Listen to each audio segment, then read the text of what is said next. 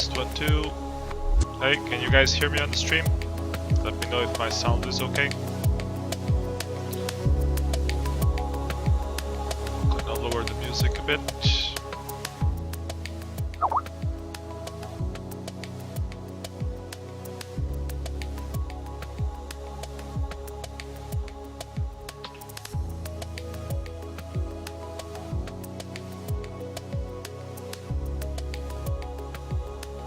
Okay, cool. Thank you for your feedback. I'm gonna try to call in a couple of masters to help me commentate through the tournament. We will have with us today commentating Master of Disaster and Master of the Dead, so both of them from the Master clan. I will call them in a minute. Seems Master of the Dead has gone to take a little wee before joining us.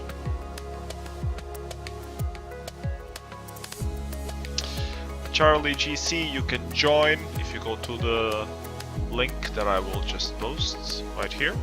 Just go here and click join and you can join the tournament. We still have a few spaces left. 9 apparently, so yeah. Feel free to join, whether you're an experienced player or a new player. We will go through a few of the games and give some pro tips on how well people are supposed to play or not play. I will even play a few games live until I lose. Sorry, Domindo. Maybe you know your account is too new. Just let me know your WarLight ID and I can forward an invite directly to you. Is it the same name, Charlie GC?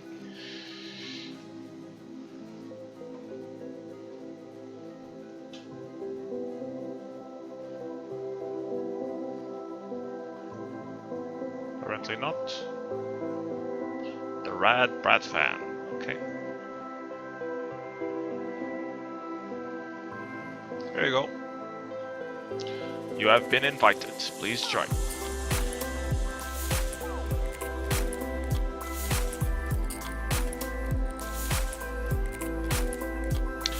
It has a limit on the boot rate. I think it's 10%, so maybe you got booted from a few games too many. That's why you can join. But with my invitation you should be able to. If anyone else has any problems, just let me know your WarLight ID and I can send you an invitation.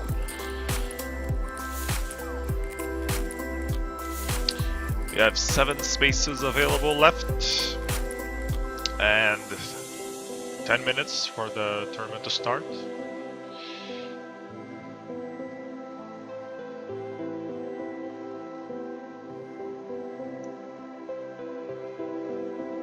Glamorous also asking for an invite.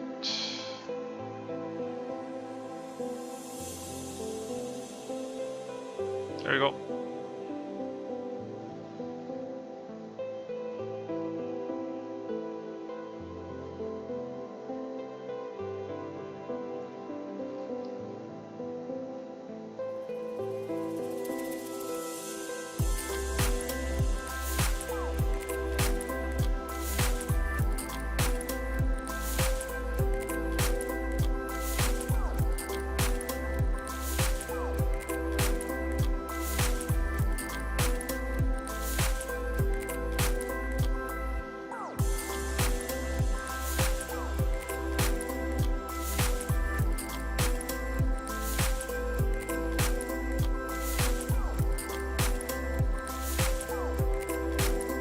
This is real time, Charlie.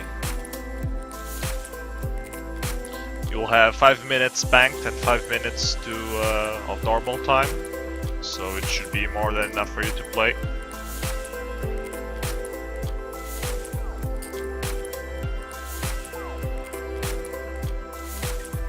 I'm gonna call in both masters now and stop the music maybe. Stop it completely. Let's see if they pick up.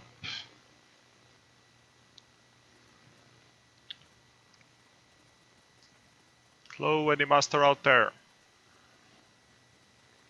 Hey, APS. Okay, we have Can you hear me? master. Yeah, Hey guys. yeah, we have both masters with us. Thank you for joining. Hi. Can you hear me properly? Yeah, I can hear you both. What about the guys on the stream? Can you guys hear both masters? Hey guys, it's Master of Disaster here. I think they should. If you can't, they just spoke. Will let us know. Okay, Yep. maybe we can So, go over the map so that the new guys playing for the first time can have a few hints. So I will open up the map that the link that I gave you the tournament for. Where the hell is it? How the hell did I manage? actually, I'd like a few hints as well. I've never played on it myself.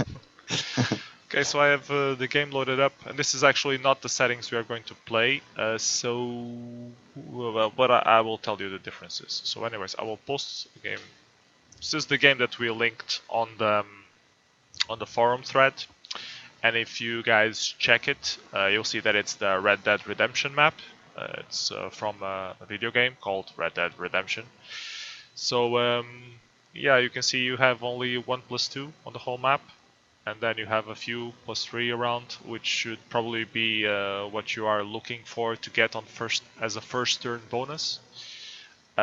We will be playing on 0% straight round, so that means that 3 versus 2 always works. So that's a very smart thing to take into account when expanding on the first turns. That 3 versus 2 always works. Don't waste your armies around. And then we will have wastelands, but they will be smaller than on this. On this layout, they have wastelands of 10, and I reduced the wastelands to 6, so that territory can still be somehow useful if you are late in the game. Okay, Peixoto's pro tip of the day is pick everything in the center. So there you go. Okay, so doing that then. Master of Disaster, do you want to give any special tips for our listeners? I like the 3 bonuses, as you said. The train stops on the top of the map is very safe too. Yeah, there is no double border on it. I wonder where Apollo got the idea for the train stops, because I don't remember any train stops on the northern part of the map when I played the game. So yeah, this is. Yeah, it's really safe. Actually, Lake Don Julio also looks really good. Where? It's in the center, Lake Don Julio. It's 4 for 4. Oh yeah, Lake Don. Yeah, that's really nice to if you get it. It's also a first turn bonus if you double pick it. Yeah. So yeah. I like also the top left of the map. If you get top left for yourself, then it's really very safe. You mean Gaptooth Ridge and Shola Springs?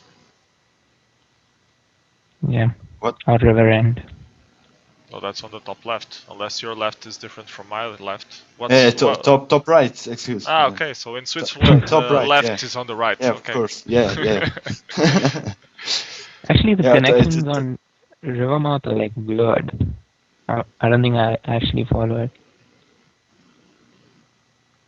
Yeah. Well, Mason's Bridge actually has a bridge, but it's just one area, and the other ones are individual. And I want to mention that there are blockade cards. So Yeah. you can blockade one territory. You can blockade Pacific Union Railroad camp on the 3 bonus, and the bonuses behind it are really safe.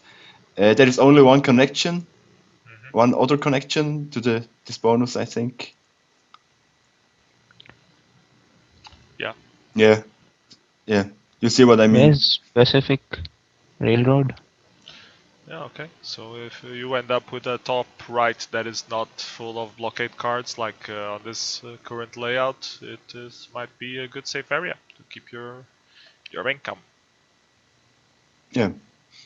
Okay, let's take a look at So, the tournament, see if it's filled already. No, 4 spaces available left, so if you haven't joined yet and you are on the stream, please join. We have more questions on the stream, Sardras, but you're giving me multiple different tips. Which singular one should I choose? You should use your better judgment. no. As Letnox used to say, you have this thing called brain, you should use it. It's a bit harsh, but yeah, just we're giving you general tips, so if you agree with them, follow them. If you don't agree with them, then you can try. Yeah. So maybe we could be wrong, you know. Yeah, Charlie, if you see the map, you there are wastelands. So there is not one best strategy. It's always depending on the wastelands and on the distribution where you can pick. So we can't give you a Ultimate formula advice. to win this tournament. Otherwise, I would use it myself. Okay, Crazy Adam says that he's going to join with 5 out. That's always Yeah, wise. yeah, he you know. already joined So, with 5 5 free votes. first round wins then for someone. Yeah. It's everyone from the Master Clan, isn't it? Master Adam that controls all of them. Aren't you both alts of a Master Adam? No, we're not that bad. I think I think that's really unlikely that Master of the Dead and me are alt. Maybe Master Adam just has a very good way of doing accents and is a ventriloquist. Could be. And has 5 Skype accounts. Yeah, that also could be. Okay, guys, if you haven't joined in, 0 spaces available. The tournament will begin within the next few minutes, so it seems the tournament is actually going to start very time soon. So if you haven't joined yet, well, too bad. Better luck next time. And let's see how the bracket distribution ends up. Actually, today there are a lot of good players.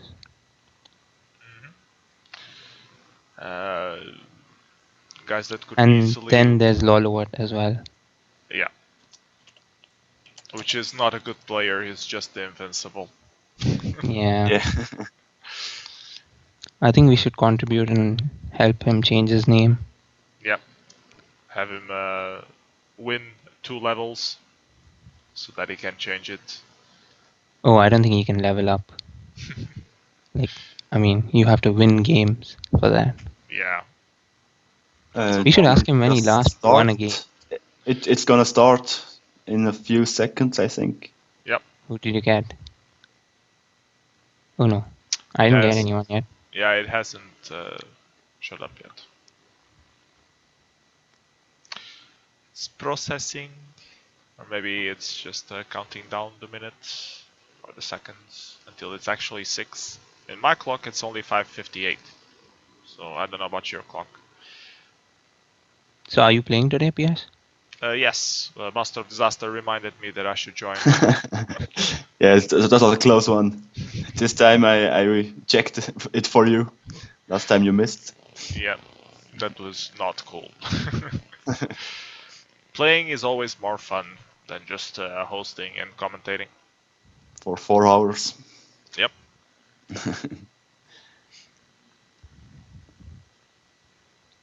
So, Can still no game open. Can do a little tap dancing. Yeah, I think it's waiting for the exact 6 o'clock to throw us games. So yeah, good luck everyone who joined the game. And if you have any games you want us, specific games you want us to go over, just let us know on the chat, and we will try to give them a little precedence. Otherwise, we will just go through games of people we know play somehow decently, so that we will have a bunch of interesting games to go over. And I will actually play live the few games until I lose, which usually happens around the first turns. I like your honesty. It might be that I win everything. Great self-confidence. Yeah. My opponents might lose by boot. So we shall see. Or you may get So- Peixoto. Okay, now we do have a tournament. Let's take a look at the brackets. We do have some interesting matchups in the brackets. Fire Ice going against Sultan right away. Should be a close game. Kruas against Nakik Wind will also be an interesting game. I'm going up against And Master Andy Adam. versus Green Tea and Buns versus Krishu are very interesting ones, I think. Master Bjark against Turkish. Yeah. Yang Xiu versus Buns. Yeah, though that bottom right bracket seems very competitive. Okay. Good luck, everyone. I will try my best against Master Atom.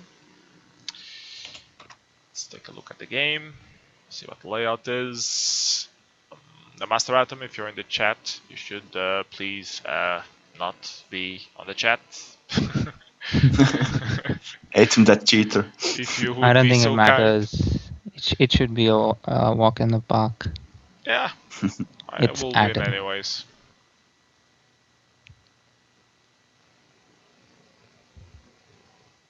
Hmm.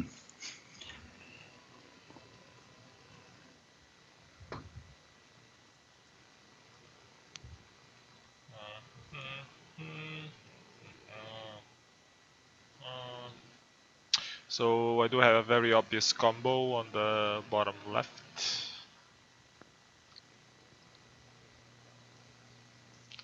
Should probably be 1-2, and then I might have a very obvious counter. Oh, between I see that the territory in the center we mentioned before is Yeah, only it's worth 3 armies anymore. Not unlike the Interesting. tournament. Yeah, you see The that was changed. map did some changes, so maybe that's why the default values of it changed to Yeah. 3. But Okay. but I see no other difference beside this.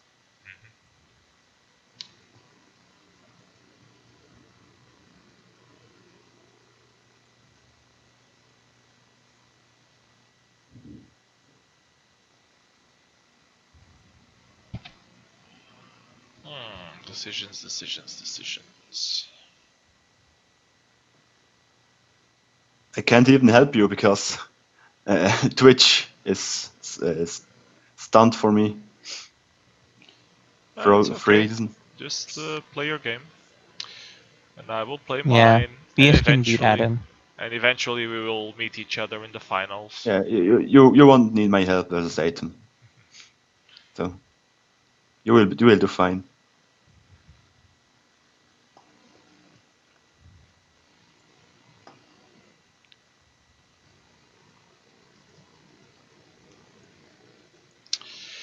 Okay, committed my picks.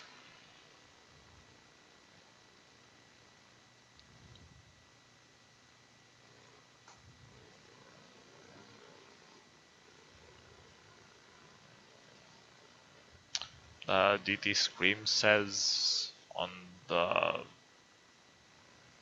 chat that he joins, but it starts in 57 minutes. No, that can't be. Maybe you're in the wrong tournament.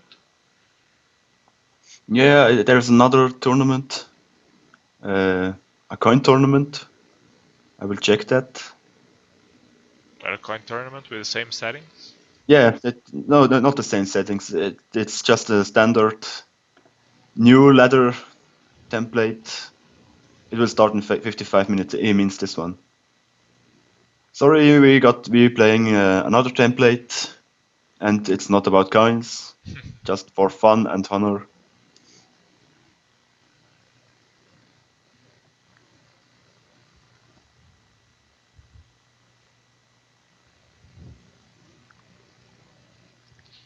Honor. What's that? Honor. Yeah. Maybe you have honor. I don't. Master of the Dead. You have to help me. I don't know how to pronunciate it. Honor? I don't know. I'm Indian, dude. I don't know English. Honorable mention. Honorable mention. Yeah. Yeah, You I you think you yes, know but that one. So that's what I meant with honor.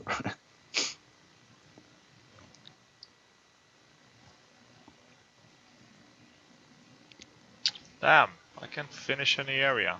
How the hell did I end up on this state? Hey, why are you attacking the 2 bonus? Do you know that he's there? Because, yeah, he was there.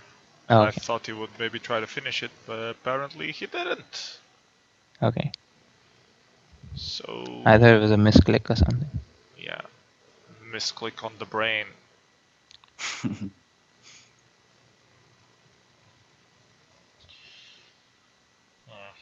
now I'm screwed because he will have income, probably the +3 or a combo on the +4.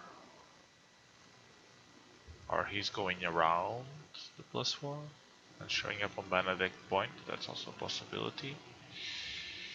I need income first of everything. When in doubt, get more income. That's my rule of thumb.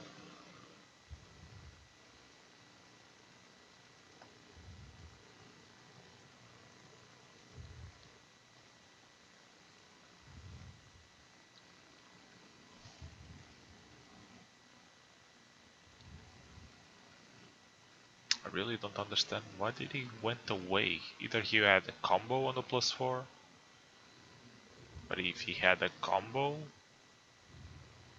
he would be defending it.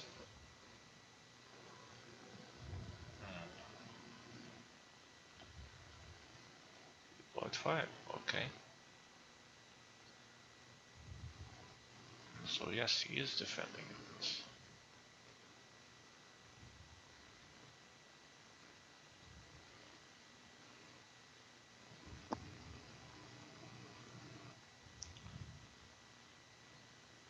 Will he try to... Nope, he won't, okay. So now I have a good advantage over him, because I have 2 territories. He probably has the +4. He added two starting positions here, one in Crooked Toes and the other one in Escalera probably. So he used both of his picks to finish the +4. And the other one, I'm guessing he has it on the +3 up north, because it was the smallest area, so he could pop up to a Bear Claw camp at some point. So now I have a decision: either I defend in the south or I try to go strong in the north.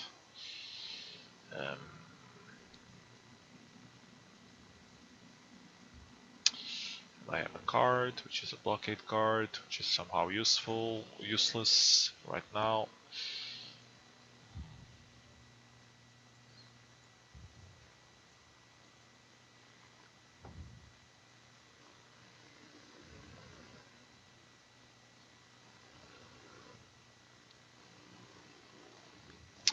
That +3 in the north is a very good counter to the safe north, because you can either go through Beer Claw camp or directly into Pacific Union Railroad camp, and then you have access to everything. So you actually need to be very wary of that.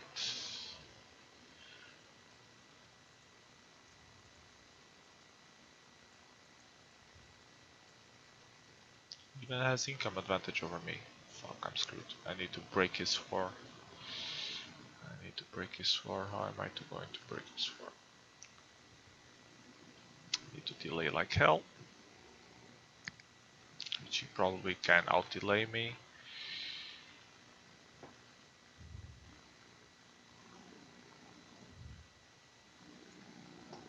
Then pick one. I will pick this one. And I hope it's the right one, because if it's not, I'm screwed. Let's see.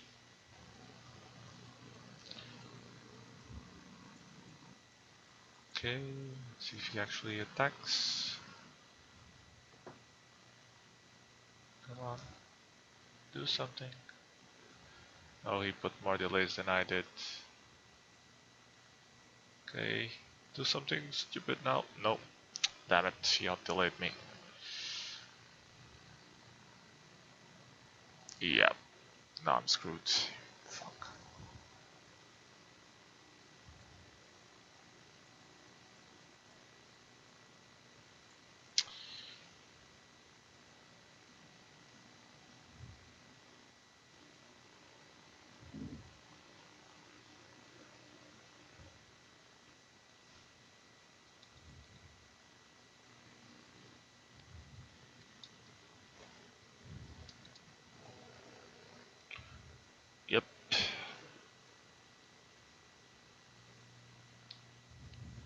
he's just going to come into Pacific Union Railroad camp.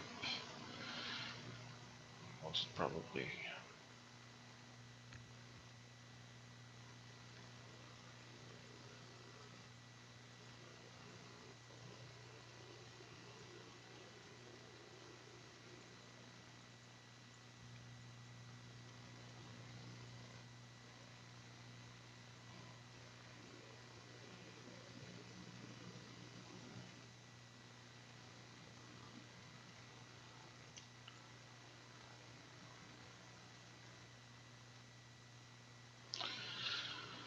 Nope, I can't win this. I fucked up.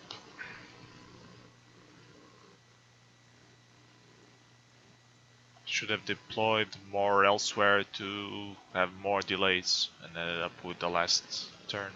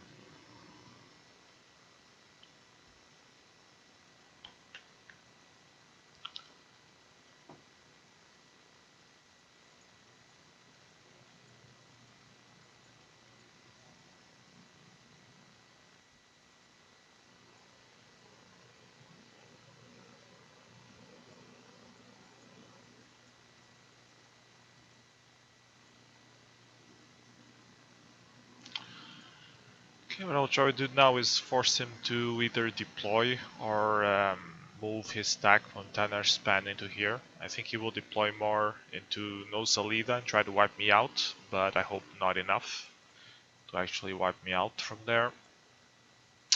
And he will probably do an attack only into Montana Fort. That's what I'm hoping for. But when I do my actually do, he will do that, and then I can break him in Tanner Span. So I'm hoping for that desperate man move, and yeah, we'll see what happens. I can also do a delay, which I will use. This will probably be first turn. The 10 should also probably be first turn. And the rest I don't really care. Okay, let's see how this goes. Oh, he deployed only 2. Damn it.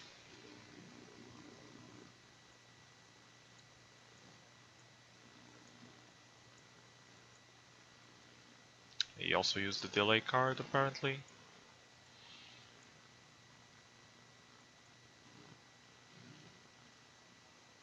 And he has more delay moves than I do, so yeah, I'm gonna run into his wall and he's going to break me, and that's gonna be a game.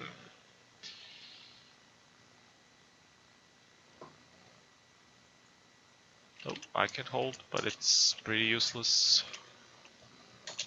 He has more income than I do.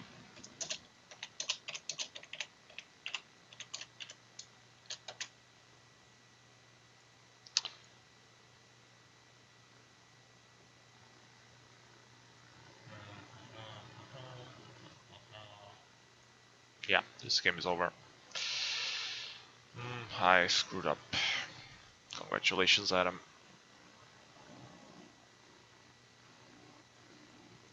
Let's take a look at his picks in the beginning. Yep, 1, 2, 3.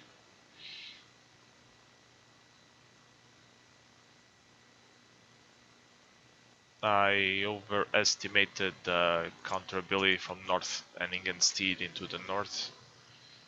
because it's a lot easier to defend North Henningenstead. You have two areas, and you can pass your stack on both of them. You can also do it between Bear Claw's camp and Pacific Union Railroad, but if you lose either one of them, the whole north is quite compromised. So yeah, I could have also put a blockade card, maybe in Pacific Union. I didn't think of that. That might have been an alternative. So I don't know. Anyways, congratulations, Adam. You move on to the next round, and I will be stuck just commentating for the rest of the game, or the rest of the tournament.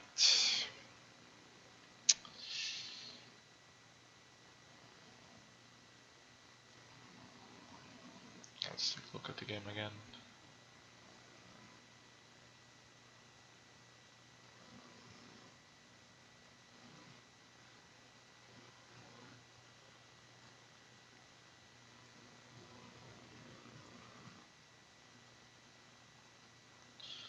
Yeah, maybe I could have pushed more earlier on to break the 4 instead of getting income, but then he would be with the 3 income and I would be with nothing, so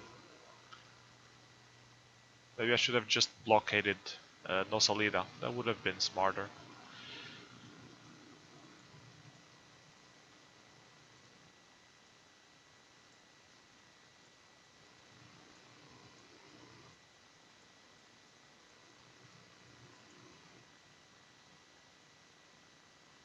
I don't know why he attacked with 4, he only needed to attack with 3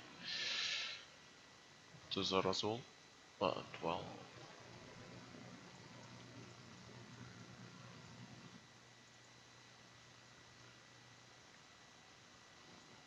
Yeah, this turn if I had deployed everything in Escalera and attacked, I would have been able to break it, but I wouldn't have income the next turn, and he would have North Enningen instead.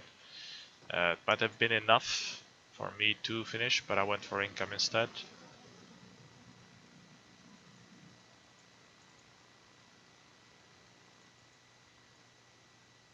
So yeah, I think my real mistake was in South Border. I could, when on the next turn, on turn 4, I should have deployed a few more around to have more delay rounds.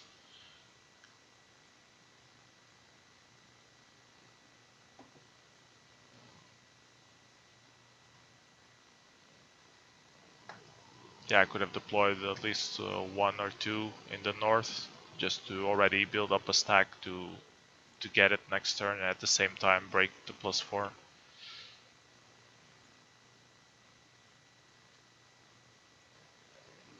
I don't think even that would have been enough. Yeah, it wasn't. So yeah, I really, yeah, I was out delayed. Yeah, and that was that.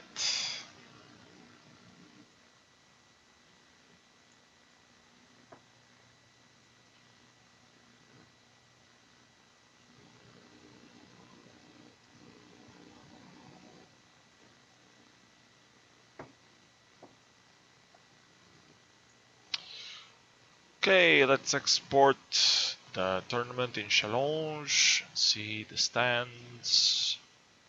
So give me a few minutes or a few seconds. Username. Get the Challenge key.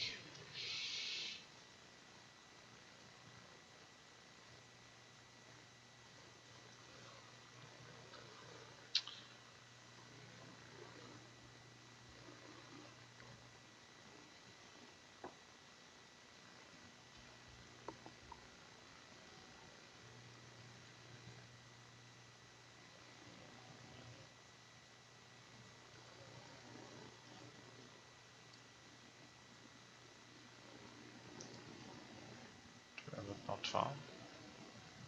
Tournament not found. Oh, this is the game ID, not the tournament ID. My bad. Let's go to tournament.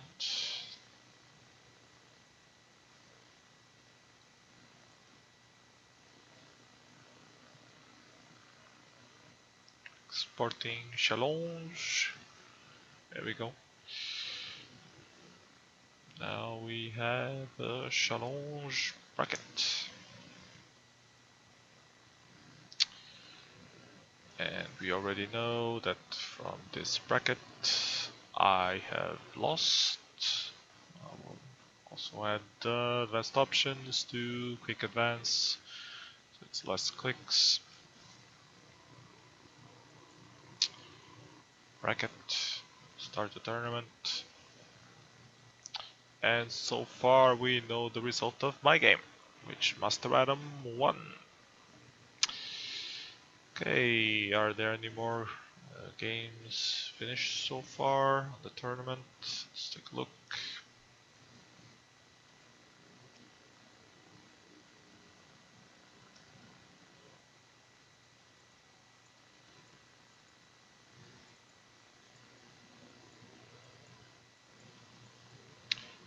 Bond is saying that his game at least is finished, so maybe you can go over that once against Xio. That should be a nice game. So that one up. Oh, did I just ruin the game? Crap. To copy the actual game, not the whole tournament.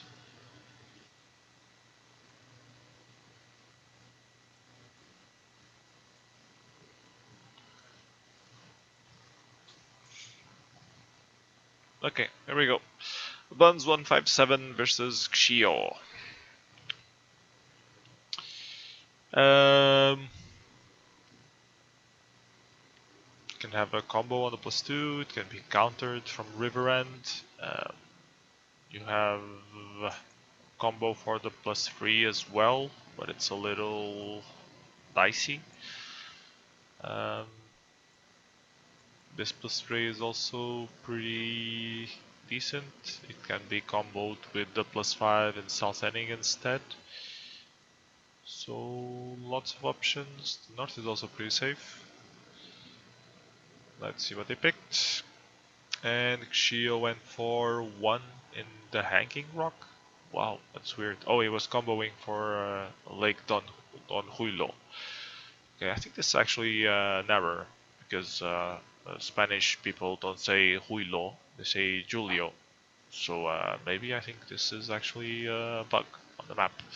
Anyways, 1-2 around Lake Don Julio, 3 in the north on the train stops, then 4-5 around the +2, and then the 6 in west 10 Coronas, which it can also be a combo with Lake Don Julio, but you can't actually get it on first turn. So, oh yeah, Lake Don Julio is not the first turn bonus. I was saying that it is, but it's not because you can't access Ventor's place. So there's the only first turn bonus that exists is an actually Mexican border. So I really wonder why Xio didn't prioritize that. Well, we'll see. Let's take a look at Bun's picks, and Bun's picks 1 in the north, so I guess he really likes trains. Then 2 in Rivermouth. And Rivermouth probably also is not a first turn bonus. Let's take a look at the connections from this. Yeah, it's not. You can only connect from Thieves Landing into Mason's Bridge and Stillwater Creek, not Pacific Union Railroad Camp. So picks 1 in the north in train stops, then 2 in Rivermouth, 3 in Lake Don Julio, then 4 on the +2, and then 5-6 here in the center. I guess they're trying to combo for the 4. I really don't see why they aren't prioritizing the +2 on the east. Maybe because it's so easily countered. I don't think anyone would risk the counter in Sea of Coronado, but who knows? I find it strange. Anyways, let's see what they got.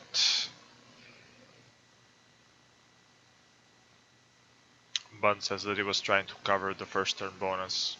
Yeah, you got a random last pick there. I don't really think that was covering, but okay. Anyways, Xio gets his combo for Lake Don Julio, and he has position in Puerto Sushilo. So Buns has a good advantage at this point. He has 2 safe areas he can expand into, and he has positional advantage in Mexican border, because he can actually finish the +2 and force Xio to attack him. So let's see what happens. I'm gonna start playing the game starting now. And it seems Buns went for the +4 in the north. And Xio tried to wipe him out from a Mexican border. And he probably will succeed next turn if Buns keeps investing on the north. Xio only needs to deploy 1 to finish his bonus in Lake Don Julio, but he actually deploys 2. I guess he doesn't want to waste armies. Buns deployed just 1 in Mexican in Escalera. That's just wasting armies. You knew he was going to attack. Okay, so this is game for Xio. He has safe south, he has safe center. He needs to predict that you're in train stops. But other than that, he will have income advantage.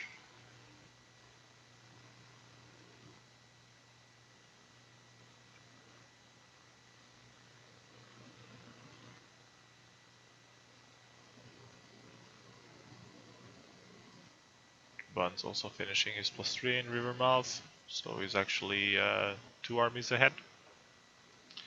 Let's see if they can predict each other in Twin Rocks or not. Bun seems to be going to finish Tall Trees.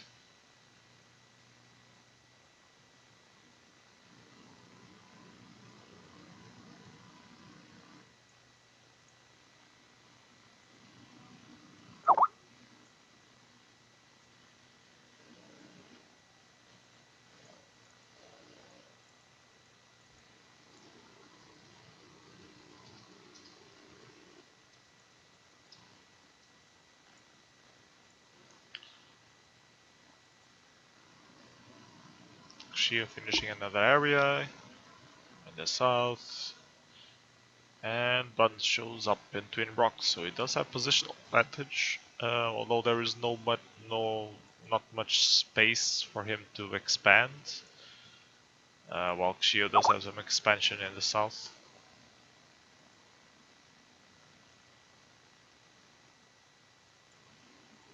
He had a saying on Skype that he might be able to join us commentating in a few minutes, so let's wait for him. It's not like I have anything else better to do.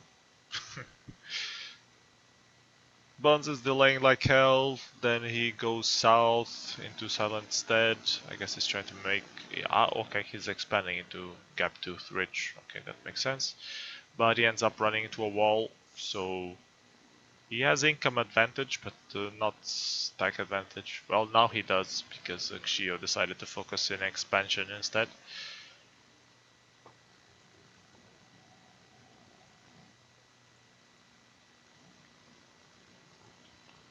Attacking Roca de Madera so he can finish West Diez, or probably going to finish North Perdido next turn.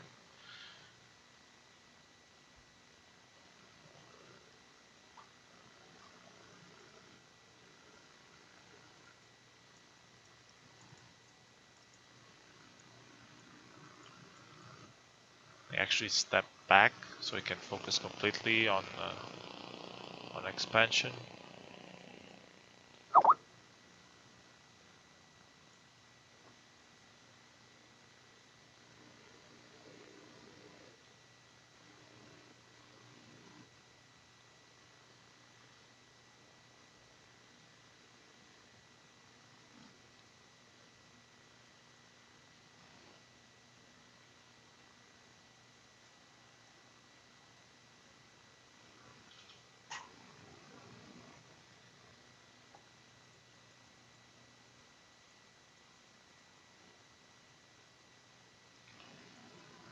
See if Buns attacks.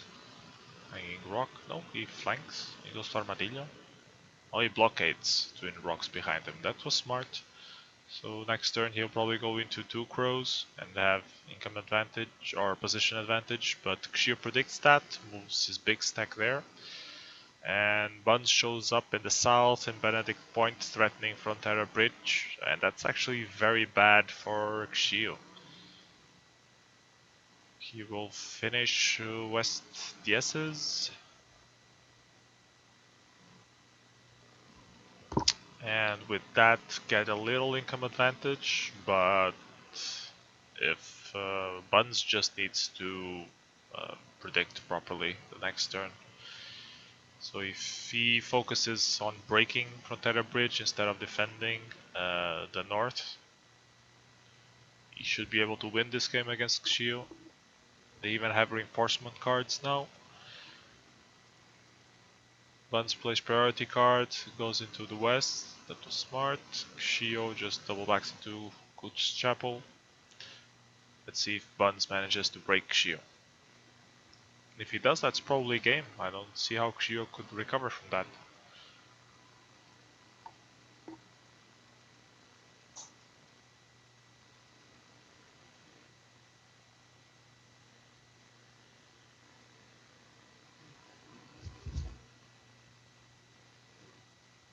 Yeah, he breaks. Xio surrenders. Congratulations, Buns. You win. So good prediction coming from the east side of the map. Because if I was you, well, okay, you needed to expand somewhere, and Gaptooth Ridge was the only option you had at that point. But if I was you, I would have focused on Lake Don Julio, not travel all the way south. But yeah, well played. Congratulations. So Buns moves on to the next turn. Bye bye, Xio. Though you play well. Bum, bum, bum, bum. Hedja is complaining that his internet is slow. I'm gonna try adding him to the chat anyways, because you really don't need to see Twitch when you're commentating. You just look at the map directly and don't care about Twitch at all. Well, maybe care about the chat on Twitch, but you don't need to be streaming for that. Let's see if he picks up. Come on, Hedja. You're our potato. You need to be with us. He doesn't seem to be picking up. So, no, it was just a threat that he was joining us. He actually had no intentions of doing that.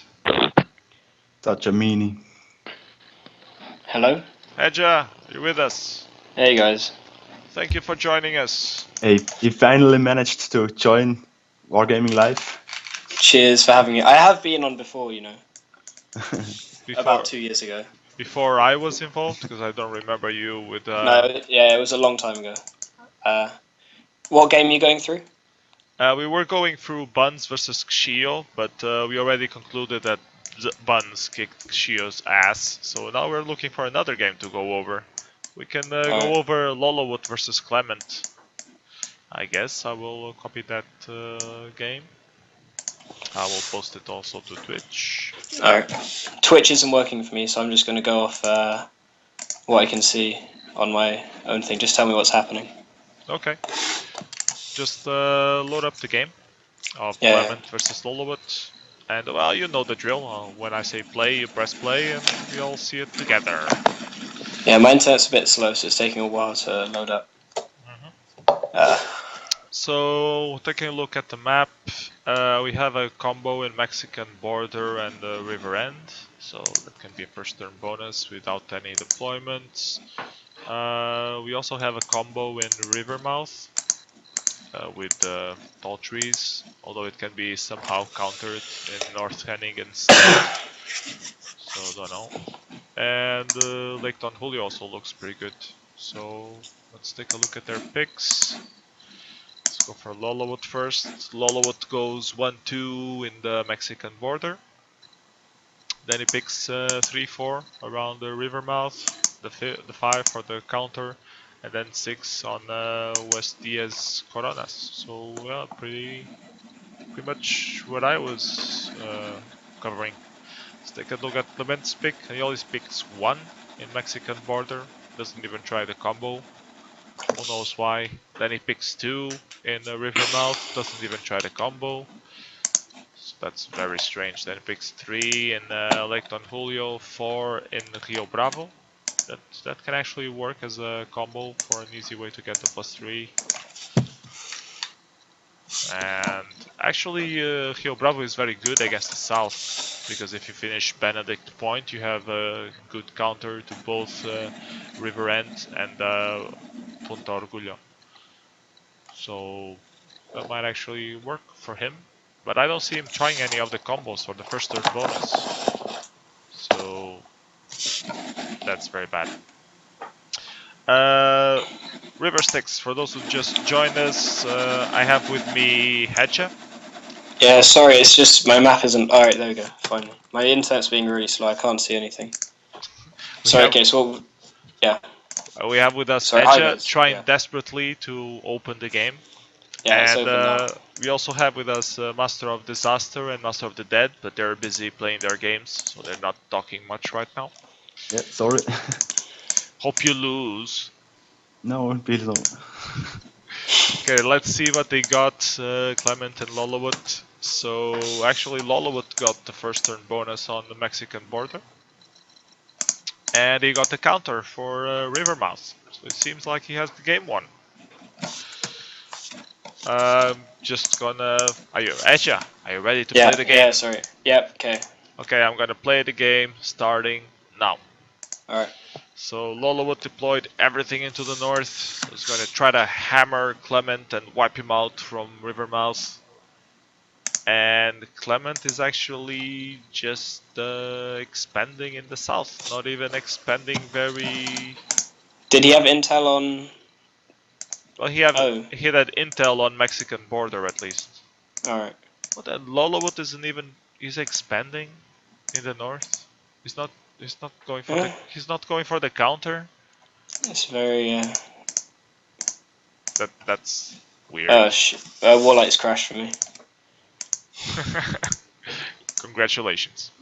Yeah. At least Skype is working. At least you can hear me while my internet is completely fucked up. So Lolowood finished the... Why did he finish the area in the north instead of countering?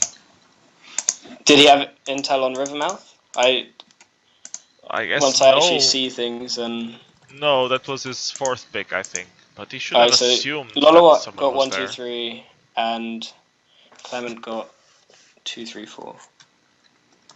But Sorry, where are we? We're in turn 3. But that's no excuse for Lolowood. He should have predicted that someone was there. That was one of the combos he tried. Okay. So are you now during the move in turn 3? Yep. Where Lolowood just ran into a wall. Yeah. Poor Lolowood. Are there cards in this game? Yes, there are. Alright, so normal strategic cards. Yeah. Order priority, order delay, reinforcement, and blockade. Yeah, just the normal ones. So Lolowood has income advantage, but when Clement finally gets Benedict Point, you will notice that he is having quite some difficulties. Will Clement actually break him now? Well, at the end of turn 4, it's looking good for Lolowood. Yeah, it is. And Clement now finishes Benedict Point. Lolowood fails to break Pacific Railroad Camp. No, that's... Oh, Lolowood I was going to say, booted. yeah, it seemed like a premature surrender. Yeah, he just got booted. Oh, that was... Yeah, but we should probably check this before we try analyzing game. Oh, that would be cheating. Sorry. But this was a silly playing Yeah. Lolowot anyways. 2 double borders against Lolowat. Yeah. So he One was behind on income, but he had stack advantage. Mhm. Just a 50-50 on this turn.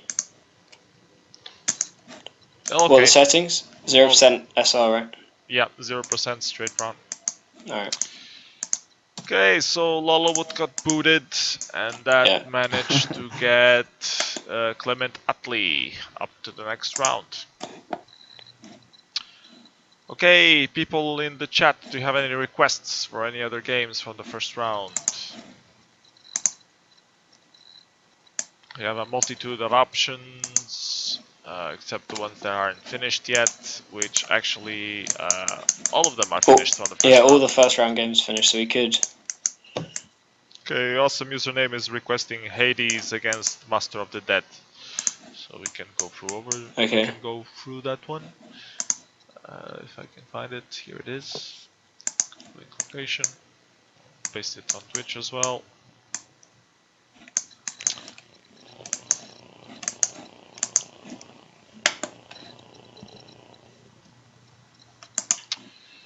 So let's go down to picks, and Hades picked 1 in West Diaz Coronas, 2 and 3 around Mexican border, then 4 in Green Hollow and 5 in Manteca Falls, then a 6 on Crooked Toes, probably to counter Yeah. Mexican border. Well, no, the 6 is a bad counter. Yeah, it is. Because it should be in North Hennigan's stead. Because if Master of the Dead gets 4-5, he's probably going to go for. Wait, South Hennigan's is bad anyway. I don't know. You don't really need a 6th pick off here. Because if he gets South Hennigan's stead and East Diaz, then Hades has already won. Yeah, Punta Orgullo isn't a good 6th pick though. Let's take a look at Master of the Dead's picks, and Master of the Dead picks 1 in Pike's Basin, 2 and 3 around the Mexican border, then 4 in Tanner's Reach, and then 5 in Crooked Toes and 6 in Rio del Toro. This is also pretty bad counters. And he's neglecting the combo in West Diaz Coronas completely. So, well, to get the combo in West Diaz Coronas, you need to pick South Hennigan's, which is 5 for 7, which isn't very nice. So I'd not pick that combo either, to be fair. I think it's nicer to go for. I prefer Tall Trees to the West Diaz pick. where's Tall Trees? 4 red at the top. Yeah. Yeah. Oh, but that's just safe. Because it's safe and it's quite safe. And it sort of counters North Hennigan.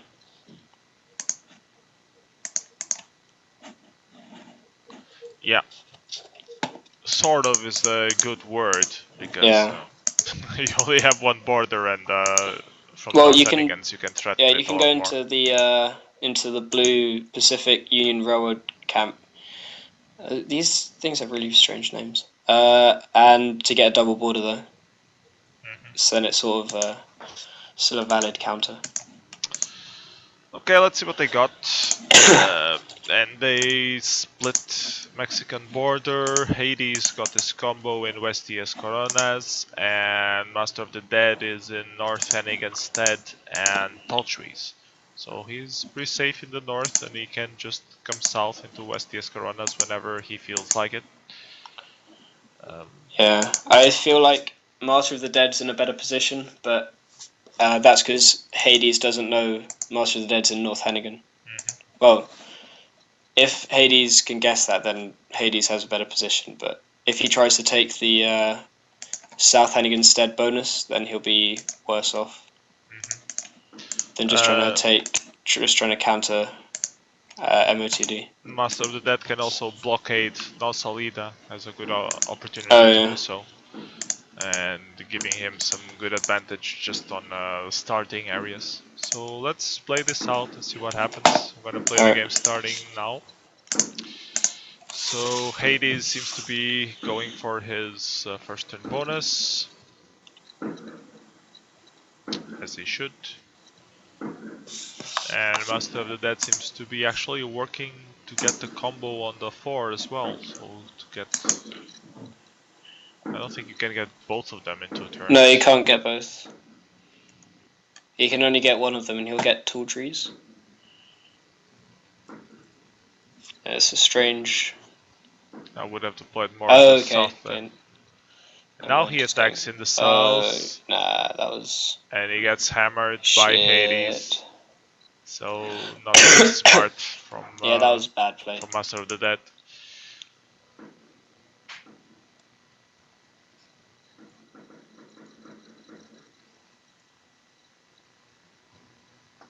Has income disadvantage, and it seems that Hades will actually go north. No, he won't. He's going Wait, to he's gonna get start taking Lake Don Julio. Hmm. Meanwhile, Master of the Dead is running for his life on the west, on River End.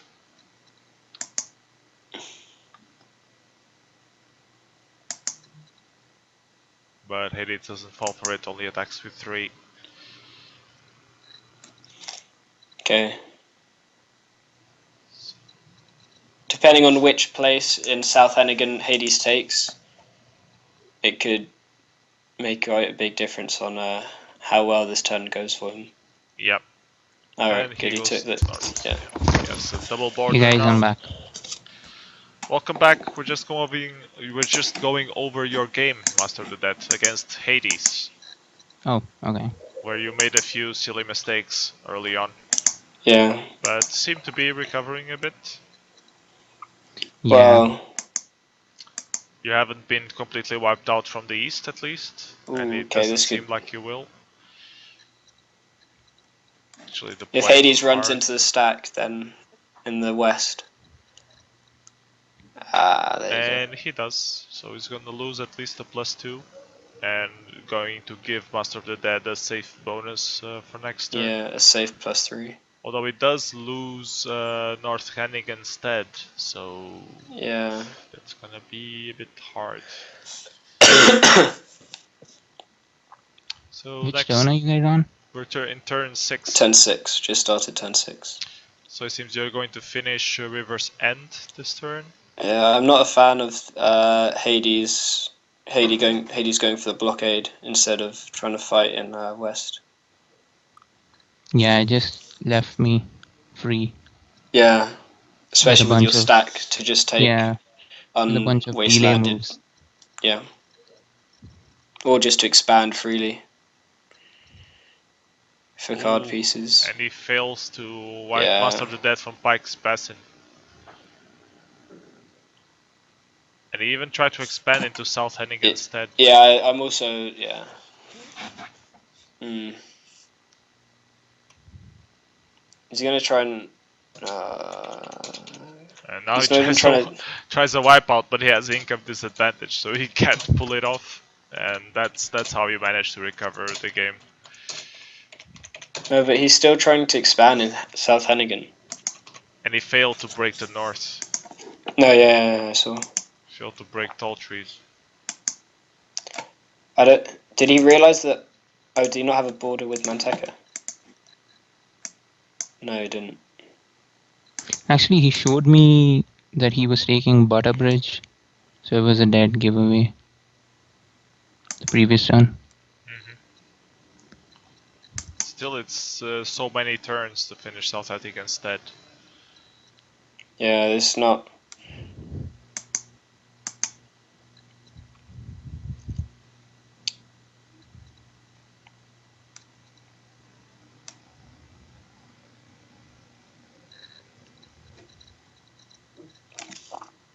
Now he finally manages okay. to break tall trees. Should have done that 2 turns ago. Yeah.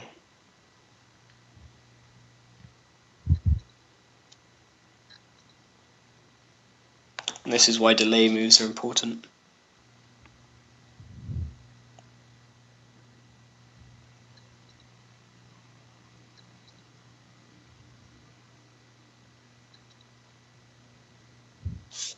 Yeah.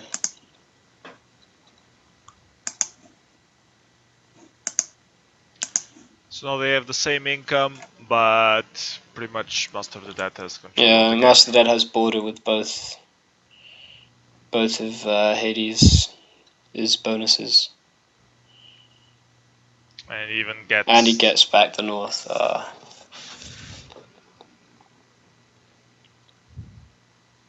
It manages to keep North Hennig instead. So good prediction Yeah. this turn. And that's probably... And I think he's also going to break Lake Don Julio. Yeah. Yeah. GG.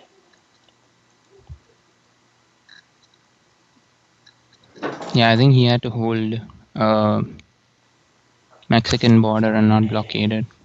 Yeah. Because And he had, mainly, if he hadn't gone for South Hennigan, he could have wiped you out of the north yeah, / east. But and even attacking Sea of Coronado, like, and running into my stack was just not worth it because I had scratching post anyway, so it wasn't like he was yeah. gonna wipe me out on turn. Yeah, on turn like 4. I think it was, yeah, turn 4. Alright. And then that's the end.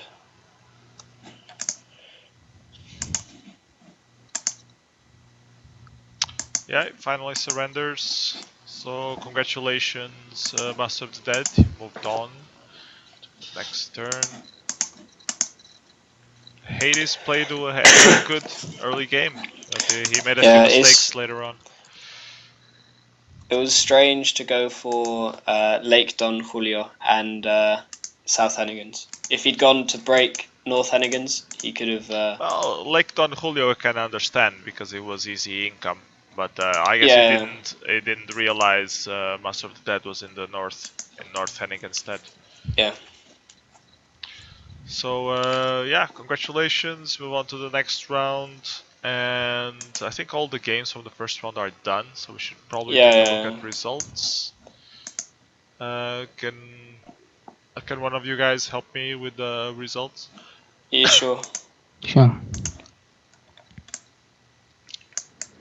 So Sultan versus Fire Ice. Sultan. Sultan won. Butterfly against IPG. Butterfly. Butterfly won that one. Naki Quick against Kruas. Naki win. Naki win. There goes one more turtle. Master of Disaster against Aldehyde. A Master of Disaster.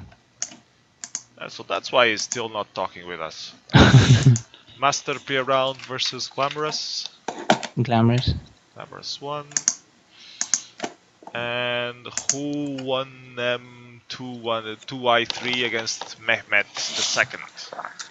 Mehmet. Daft Punk versus Fenrir. Fender. And Bjarke against Turkish. Turkish. Turkish moves on to the next round. Lionheart against Almost Tricky. Tricky. It's Tricky. Awesome username against Ragnarok. Ragnarok. Ragnarok won that one. And Red Brad fan against Jay-Z. Jay-Z. Jay-Z moves on. The last game, Green Tea against Andy. Andy. Andy won that one. So actually, that may be a good one to watch as well if we have time. Yeah, sure. I guess why not? Let's copy. It's paste. Let's take a look at picks. So Green Tea got his 1-2 to combo. Wait, which one are we watching? Green Tea and... Green Tea versus Andy. I'm gonna post it on Twitch. Hold on a second. Alright. This is the game we're watching. So, Green Tea picked his 1-2 in the south and West DS Coronas, then 3-4 to combo North Ending instead, then 5 in Lake Don Julio, and then 6 in Great Plains. Great Plains can also be used as a combo for Rivermouth. It seems okay, generally. Yeah, I like it. It's Yeah. So guys, I am here. You're back. What game are you looking? We're watching the last game from the first round. Andy 903 against Green Tea. Yeah. And we're just Yeah, going got it. over Andy's picks now. And Andy also went for 1-2 in West DS Corona. Green Tea is saying on the chat that his pick number 5 was a fail. So let's Pick number 5. let's go back and see. Oh, in Lake Don Julio. yeah, it Hmm. was. It's not awful. It's relatively safe, and you can get double Yeah.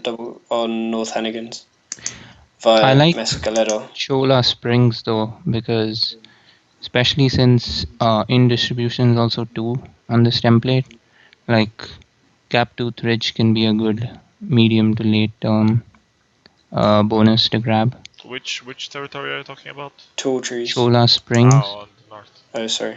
Maybe instead for of the 4 bonus, the pink 4 bonus. What's pink. Oh, yeah, no, yeah, that looks better. It's also a lot okay, safer. okay. Chola Springs, yeah. As in over Lake Don Julio.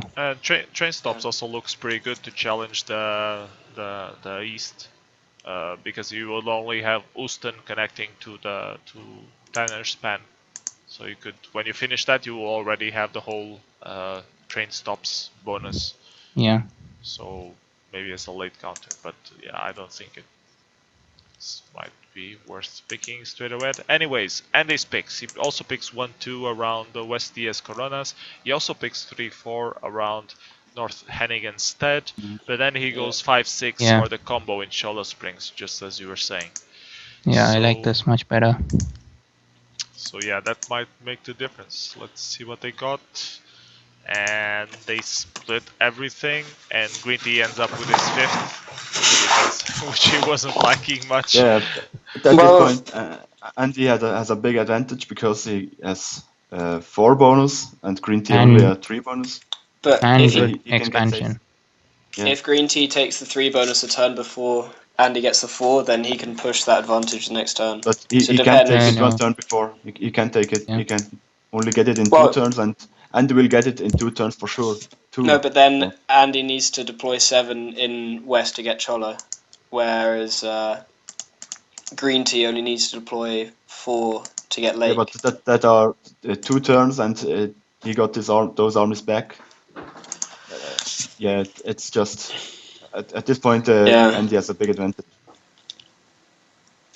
Well, it depends where they Because both deploy. And I would move in agree with you early. if it was straight round, but with straight round, it's just much better to have this 4 bonus instead of Lake Don Julio. Yeah. Yeah. Also, Andy is inside all of his main bonuses. If he gets Roca de Madera, he has a safe +3, and if he gets Montana Fort, yeah. he has a safe +3 in the north as well. So position, I think he has also position advantage over Green Tea. So let's play this out and see what happens. I'm gonna start playing the game starting now. See if Andy deploys everything to finish the +4 quicker and doesn't move at all in the other areas. Green Tea goes into Montana Fort, so I hope he will try to blockade it. Actually, it's not that useful to blockade Montana Fort because he can come through Yeah. Tanner's North. Backlaw. I think I would have gone to Roca de Madera instead with the stack Yeah. and then try to blockade that because like that'll safeguard both of his eventual bonuses, the 4 and the 3. Wow, Green Tea went into Ooh. Ramita de la Bahia, so he's actually trying to finish the +4 in North Perdido. But then, Yeah. Well, that's seems to be working out for him. yeah, but, Yeah, but- whenever Andy is in Roca de Madera, it will double border him. Yeah. 2 different bonuses. But as long as Green Tea goes hard first order next turn, then into Roca de Madera, then it will be fine. And yeah, he did blockade Montana Fort, so that was well played by Green Tea. He will Yeah. get Rivermouth, and he will probably go into Roca de Madera this turn. But Oh. meanwhile, Andy is finishing Gaptooth Ridge. But now he's Yeah. giving intel to Andy that he has Lake as his last bit, which Yeah. is one thing. Yeah, I would have attacked from the 4 bonus because that was the FTB split anyway, so he can assume that he has intel on that. So rather show yourself from there. Andy runs into the wall in Roca de Madeira, but he also takes his stack north in Tanner's Yeah. Span, so he will border Rivermouth pretty soon. Yeah, that's why I don't really like the blockade on Montana Fort. Instead, like I would have preferred the blockade on To Roca de Green Madeira. Tea. Green Tea misses order priority. Yeah. Or Is it first random? order. No, Is it random move order? Yes, Of course it's it random is. move order. Alright. PS likes everything random. No, it is random because Master of Disaster insisted that he would kill me if I put it on the no luck No, cycle. I think he just meant no luck cycle. I think Yeah, instead of cycling. Yeah, it's cyclic it's is not about fine. random or cycle. It's just the no luck cycle Yeah. that I really dislike. It's the pressure of Because of picking the- like yeah. the fastest. It was interesting dodge by Andy. What? The Yeah. one blockade? Yeah. Surely that was a misclick? No, Where's the blockade? in He the blockaded Tanner's Tanner's Span. Span with one army. Guess he just wanted to leave a little waste of armies there. So Green Tea wipes him out from Beer Claw Camp. Wait, why did Green Tea send 8 towards Roca instead of towards the east and take East Diaz? Where is Istiaz? The yellow bonus, 4 bonus on the Oh, right. I think in he the just east. wanted to defend in case he got taken. Don't know. Oh. Yeah. Anyways, Andy got wiped out from the south. I think we missed that, and they're now battling each other around Lake Don Julio. Bad. Andy just got himself a triple border into Crows. And Yeah, I think Green Tea is this turn- expanding for the +4 in Punta Orgullo. No, he's going for the +4 in the west and the +4 in the east, and trying to hold 2 borders, which is a bad choice. Oh yeah, 2 borders, the one in the north and the one in Lake Yeah, Don one Julio. in north and one in central. Well, that's taken care of. He just lost the one in the north.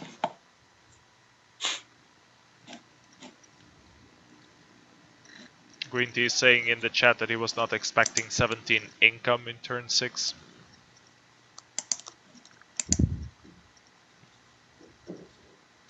Well, it does have a more secure Lake Don Julio Ooh. now, but I don't think Yeah, it's gonna that's- last. And he's going to finish the +4 in Punta Orgullo. Let's hope he goes north into Benedict Point after that. But he has no blockade card for Rivermouth, so he's gonna have to give up that +3 or actually defend it later. Or Why did he blockade Andy- Tanner's Span? Like that made no sense. We're a couple turns ahead of that.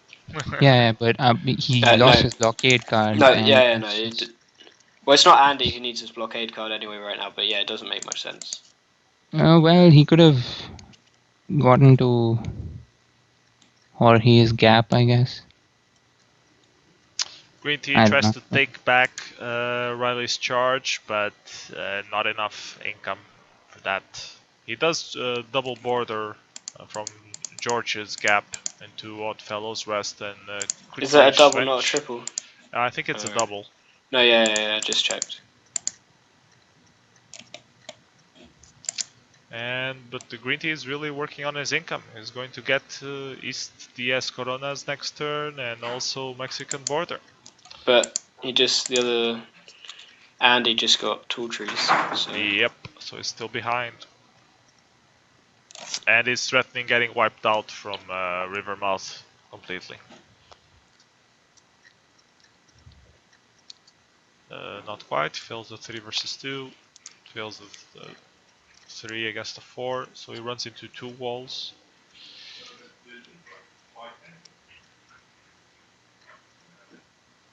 Green Tea goes for expansion.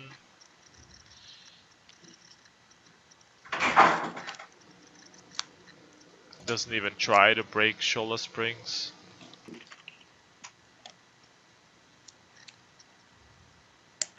Let's see if Andy goes for Hoka de Madera or not. Yeah, he's trying to catch up on income. He's just losing the stack war and losing bonuses elsewhere. So there's not much green tea can do. I think green tea should be going up through the Benedict Point on the west instead of expanding. Yeah, he loses Hoka de Madera, so now he has border threat. Order delay. Wait, what did he do with the order delay?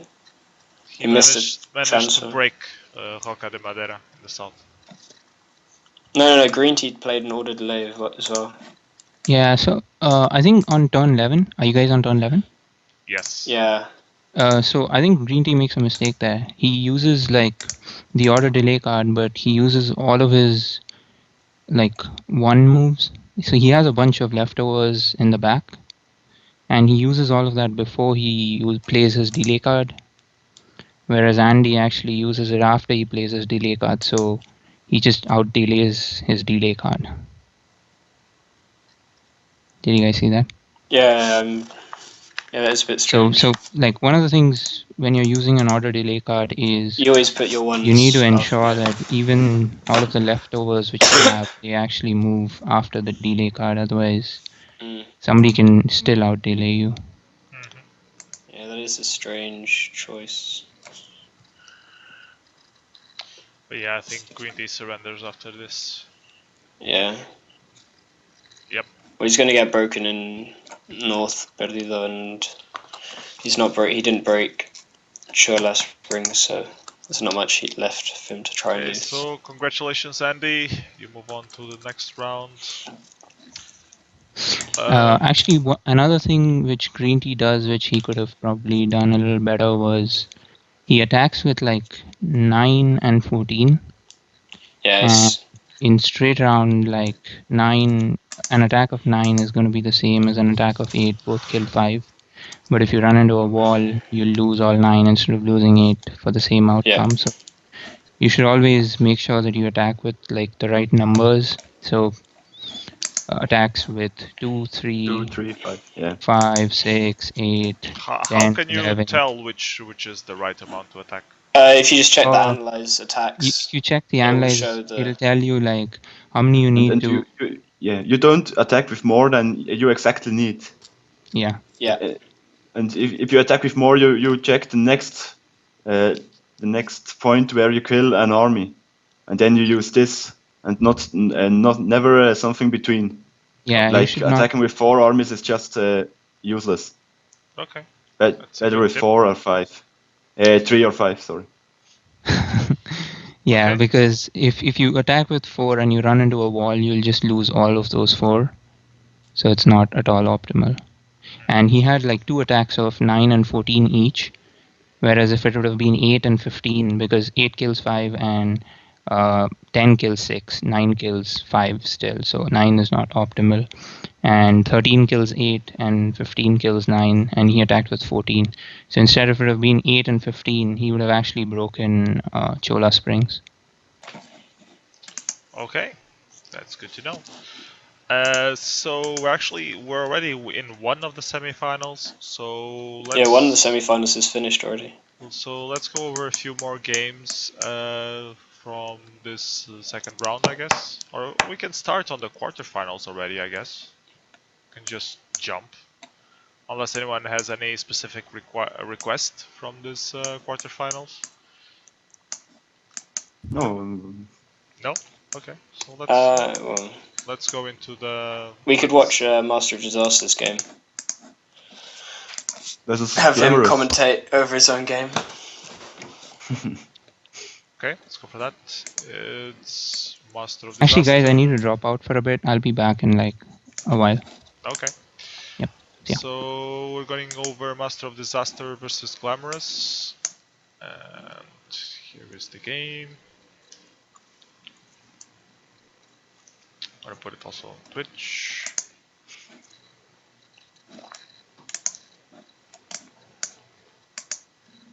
Glamorous is asking on the chat, how do you randomize the bonuses on the map? You can't do it. You can't do it on the normal. Yeah, that's only with a clot possible Yeah. so far. Well, or you can do it like you get a random calculator, say +1, -1, or 0 for every single bonus, and then do it by hand. But that takes a lot of effort. So it's better to just use the clot. And How for can- those, how for can you those do who it, don't know what a clot beside is, a clot?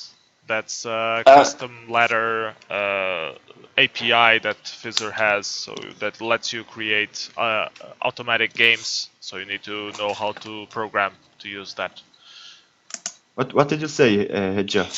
How you can do it Before beside clot, people used to do it by, so you'd manually, You have to probably using rearrange like an the X. template.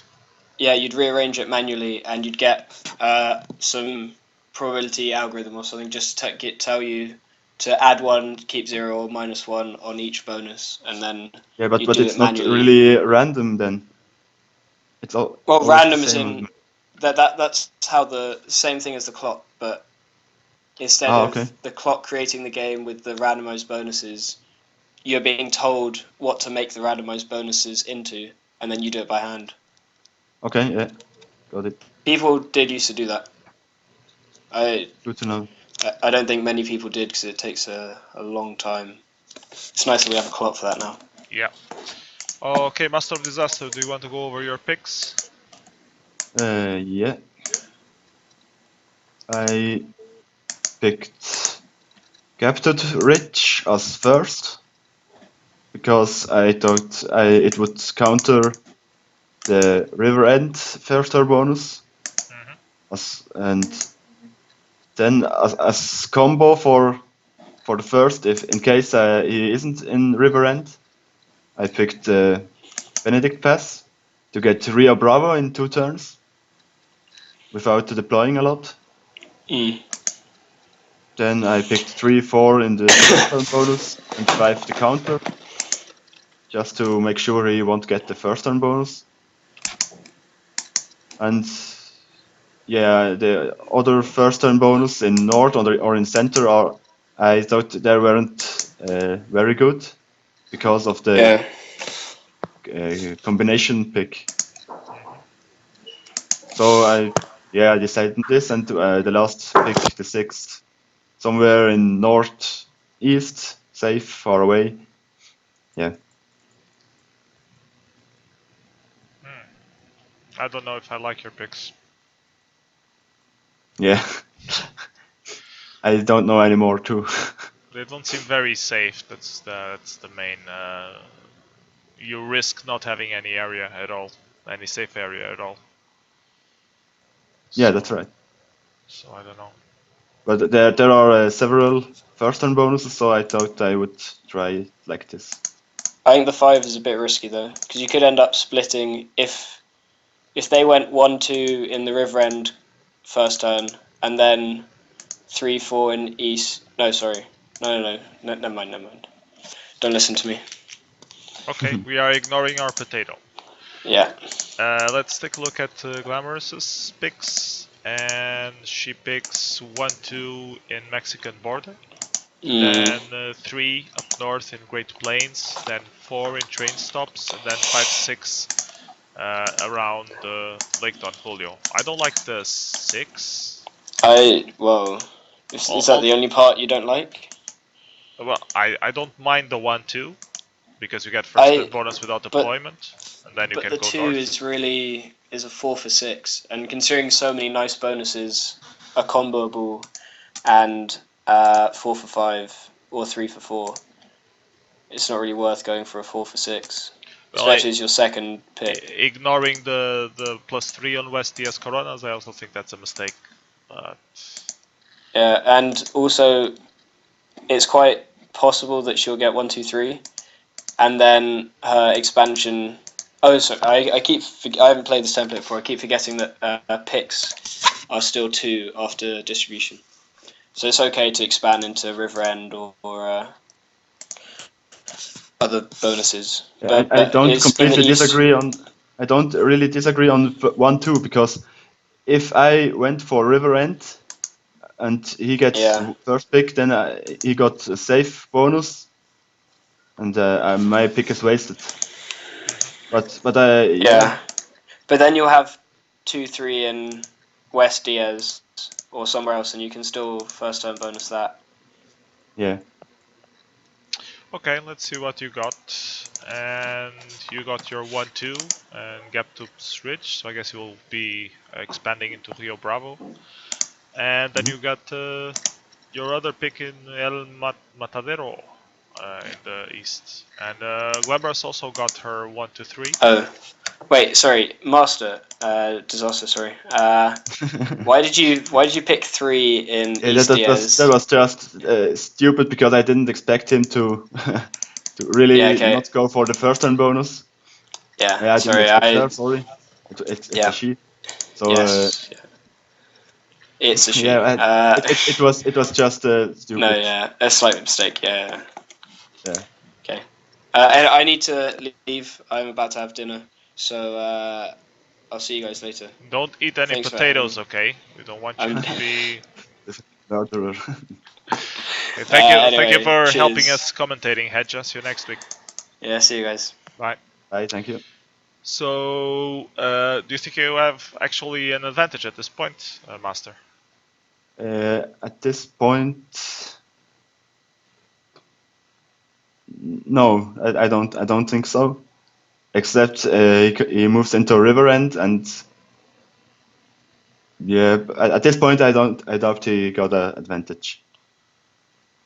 I thought she went for Lake Don Julio first turn bonus at this point. So maybe that's a little a small advantage because I didn't expect her to have Mexican border without the river end first turn bonus. So yeah, but only with picks, I don't think it was an advantage. Okay, let's start playing the game, see how it goes. I'm gonna play the game starting now. And she actually deploys hard in the south, so she's already working on Punta Orgullo this turn. Yeah.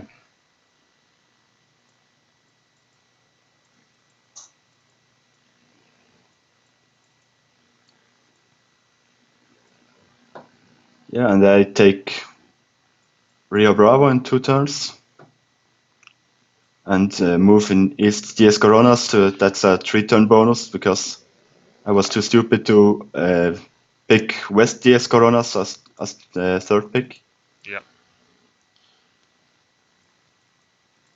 And that was actually a bit risky and silly of you on Rio Bravo, because if she was in Lake Don Julio, she would be expanding into Fort Mercer now and breaking Yeah. through.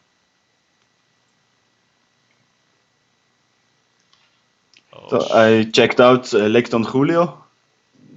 That was hard because I should have moved with 3 armies towards Captute Ridge, my first pick, the bonus. So I get it 1 turn earlier. Yeah, it's 3 turns to finish it, so it's still a lot. Yeah. But I expected her to maybe. I really expected her to be in Lake Don Julio. So, yeah.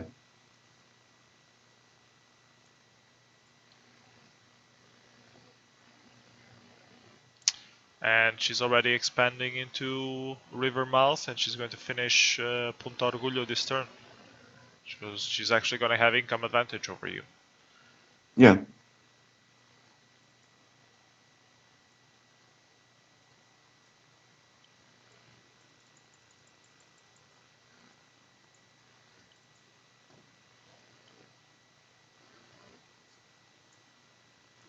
I don't know how she assumed no one was in the river end, because it was a first turn bonus. Yeah, I don't know either. I really didn't expect her to be in Mexican border without the river end.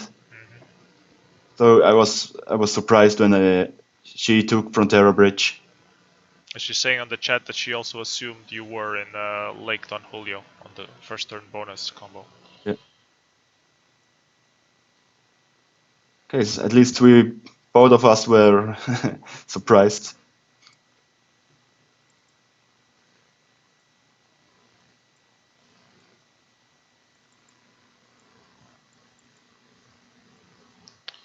You're still working on your bonus in the north.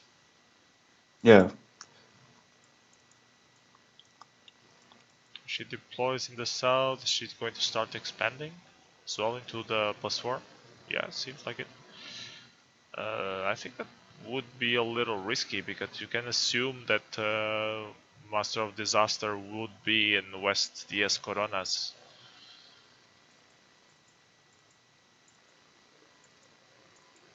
And you actually hit with just one more army. That doesn't make much of a difference. You have pretty much same stack. The south, you Yeah. have to waste armies to finish the +4 in the north.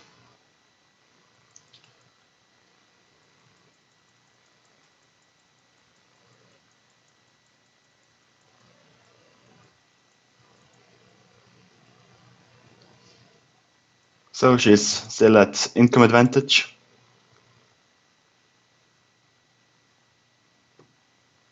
This turn I expand in Gaptooth Ridge.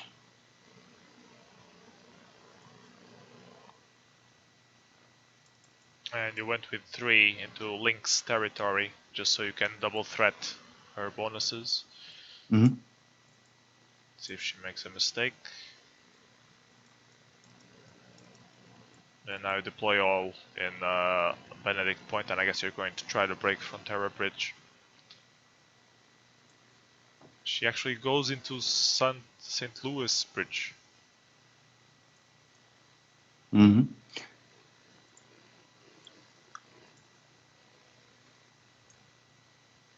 Yeah, and that was good because that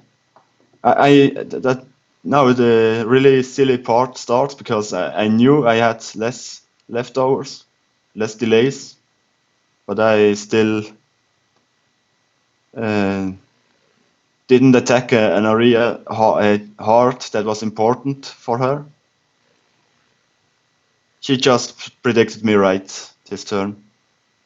Oh, she runs into your wall and Benedict Pass, but she also gets Link's territory, which is very important to position to threaten the north in Gaptooth Ridge.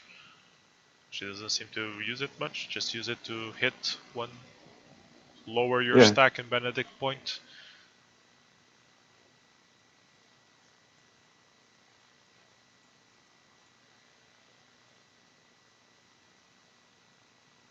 Oh, she does have income advantage, so Yeah, she has. she can just wait for your mistake. You seem to be going into San Luis Bridge. You hit her wall, and if she has enough delay moves, she's going to break you.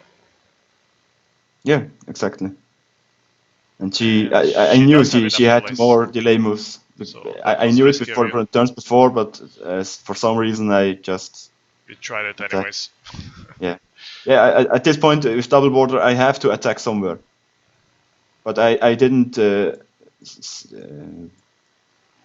I didn't think she would attack from Terror Bridge that hard. Mm-hmm. So yeah.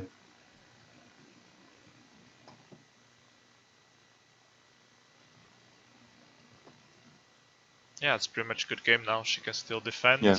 In the south, you don't run into a wall, but your stacks are pretty much equal, and she can expand freely, breaking more territories of yours in Gaptooth Bridge or in Rio Bravo. Yeah, Exactly. she does break Gaptooth Ridge, Bridge, and I I guess don't break the bonus. So 12 to 22s, I surrender. Yeah, she even blockades Benedict's Point, so she would have a safe river end next turn, so no chance you can catch back. So good game, congratulations Glamorous. You surprised our Master of Disaster, and you move on to the quarterfinal. Okay, shall we go over results for this round and go into quarterfinals, because we already have semifinals on the way. Refresh. I think we can. Yeah, we that's can a fast go over. tournament. We Yeah. can go over a few quarterfinals games. Yeah, Can I think you so. help me with the results? Yeah. Okay, so You need the quarterfinals. no, the second round. Okay. So Sultan won over Butterfly. Okay, congratulations, Sultan. Naki Quint won versus Master Aiton. Well done, Naki Wind. I never liked that Master Adam guy. And I lost. Yep. Mehmet is the second, won over Against- Clement. Okay. Turkish won. Fish won against Fenrir. Ragnarok also won. That's Ragnarok Peixoto. won. Okay. It is. Jesse won versus Master of the Dead. Jay-Z won against Master of the Dead. Yeah, all masters are out at this point. To Yeah. say. That's why Master Andy of the Dead won went away. versus Buns. Master of the Dead is in a corner. he had to go because he lost. And the Buns 157, did he win or lose against Andy? He lost. He lost, so Andy Hey won. guys, I'm back. Hey Master of the Dead, you were just saying how you Hey. were crying in the corner over your loss against Jay-Z. No, actually, I had something at work come up and I had to leave. Okay. Yeah, that's what you say. So we're now in the quarterfinals. Does anyone want to see a specific game? I would go for Sultan against Nakiquind. They're both from the Turtle clan and they both play decent, so that should be an interesting game. So let's go for that one first, I guess. Copy link. Yeah, why not? Let me put it on Twitch. Rolling it up. We go Sultan Kuzmitov against Nakiquind. And picks for Sultan, he picks 1-2 around the Mexican border, then 3 up north in North Ending instead, then 4-5-6 around West Diaz Coronas. So seems pretty solid picks. Maybe the 3 you might lose it and then not have any position in the north. That's the only risk I see from these picks. Other than that, they look pretty good. Is North Hannigan's FTV? North Hannigan's? Which one? No, it's not. Is Mason's Bridge connected to Montana Ford? No. Okay. It's not. So it's not first turn bonus. Anyone else want to say something about the picks? Yeah, I would actually pick the 4 instead. I don't know. Like, I think it's better to have like a 4 bonus. So the third pick would be in Tall Trees instead of Pikes Basin. Tall Trees? Don't you mean Great Plains? Because Tall Trees you have a direct border with Tanner Span, so you would... Oh, sorry, yes. Okay, no, yeah. Okay. Great Plains. Or the one in Chola Springs? Yeah, Chola Springs also looks good. Okay. Or even Train Stops. Yeah. Train Stops actually might be better because you can threaten the +3 once you finished your +4. Yeah, that's true. So that might actually work better. Anyways, let's take a look at Nakiquind's picks. And Nakiquind goes for 1 in Lake Don Julio, which I don't really understand, and then 2 in Rio Bravo. So I guess he's trying to do a combo, first turn bonus combo in Rio Bravo. Interesting. Then a 3 in North Hennig instead, and then a 4 in River End. So it's not even a first turn bonus. I don't really understand what he's trying to do. I think he's probably trying. So he's going to assume that Sultan goes for the FPV. Maybe he thought it was a first turn bonus, probably. Oh, you think so? It is a first turn bonus if you have 3 picks around it. You're speaking about Nakiquind, I mean. I'm talking about Rio Bravo. Yeah, but Nakiquind's picks on Rio Bravo, yeah. About Rio Bravo only. Yeah. Yeah, it is first turn bonus, but I thought he might have expected to be North Henningas or Rivermouth to first turn bonus too, but I don't know. Yeah, I think I actually like his picks. I don't know what his reasoning was, but I like his picks because, for one, it covers the.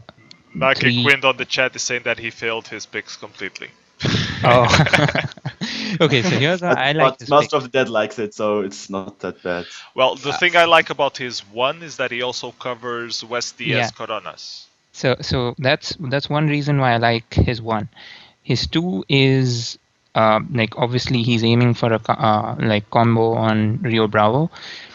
His 3 is decent because it's up north, and I'm thinking like he's probably expecting to lose the 3 maybe, and so then he goes for a 4 on like one of the FTBs, because if you lose your 3 and you lose your 4, I think you can assume that you know all 3 of your opponent's picks, because I mean Mexican border seems like a reasonable Combo. guess at the FTB, and so like you get a lot of intel if you pick this way. And if he gets his 1-2-3, then he can still go for a 2-turn 12 and then get a double border through Benedict Point, assuming it doesn't get taken by River End, which I would not expect, because if Sultan does go for the FTB, his next move is probably going to be to complete River End, because he needs 7 to complete River End on the next turn, and he has exactly 7. Okay, let's see what they got. And yeah, Sultan got his combo in Mexican border. He got his pick in Tanner Span. Naki Quind is in a very bad Perfect. position in Mason's Bridge because Actually, no, I really like Naki Quinn's position because he has intel. He has complete intel. Yeah, and, I mean, and if yeah, he but if he doesn't move towards exactly. River End, then he got a nice position. Yeah, he has a fantastic agree. position as long as he doesn't show himself in bad point. Yeah, it just has to be enough smart but to if he not show. finishes, when he finishes River Mouth in the north, he will be double border against the safe Why border. should he finish Rivermouth? He has. I wonder. Has he intel? He has the On? intel that He has intel, Sultan so is in Tanner Span. Yes. so why should he take this bonus? Why should he take Rivermouth? He needs to threaten North Hennig instead, at least. Yeah, And but to threaten that, he will need to take two he has territories. to move to Stillwater Creek or Pacific Union Railroad. But I would never take this bonus before Montana Ford is broken. Before Yeah, he got for sure, Montana for Ford. sure. I Yeah. don't think he can break Montana Ford if Sultan plays properly. Possibly. Okay, let's just see how they play, see if this works out for Nakikwin or not. So I'm gonna play the game starting now.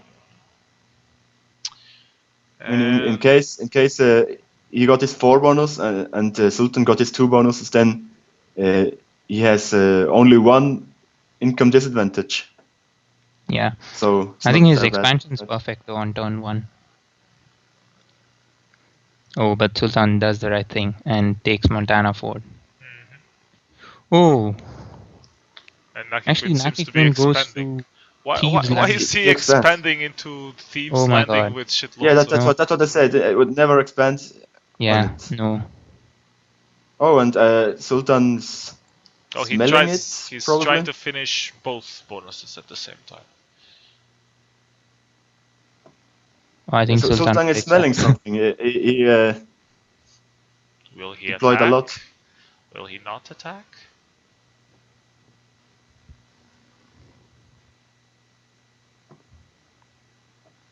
Nice. If he attacks, he attacks. Yeah, there Yeah, goes that's Nakikwint. yeah, that is probably the game. Yeah. If he would have moved towards Pacific Union Railroad camp, then with a stack, it would be Naki Quint who had the advantage. Yeah. Actually, one thing I don't like which Sultan does, which is give away more intel than he had to. So he didn't need to take McFarlane's ranch from Montana Ford. He could have taken it from Tanner Span, and I mean, it doesn't really matter at the end of the day, but you should try to give as less intel as you can to your opponent. And taking it from Montana Ford meant that at least he knows for sure that he has North Hennigan instead. From where should he take it? From Or- Tanner Span on turn 2. So he deployed 4 to Montana Ford. Yes, I see. And 3 to Tanner Span. Instead, he should have deployed 6 to Tanner Span and just 1 to Montana Ford. And I mean, like this wasn't a close game, so it didn't matter. But like generally you want to give your opponent as less intel as you can. Yeah, so if you can finish a whole bonus without Yeah, your without opponent him knowing knowing, about that's it, always that's- better. So he remains in the doubt: do I need to break Montana for it or not? Yeah. Yep. Okay, well, good game. Congratulations, Sultan. You move on to the semi-final, and you will go up against whoever wins between Glamorous and Mehmet II. Any other? Let's see how the tournament is doing. If you already have semifinals or not. Okay, one of the semifinals is done. The other one is still going on. So we should go over some more games from the quarterfinals. Oh, let's do the Turkish Ragnarok one. Okay, Turkish against Ragnarok. Copy the location. I'll put it also on Twitch.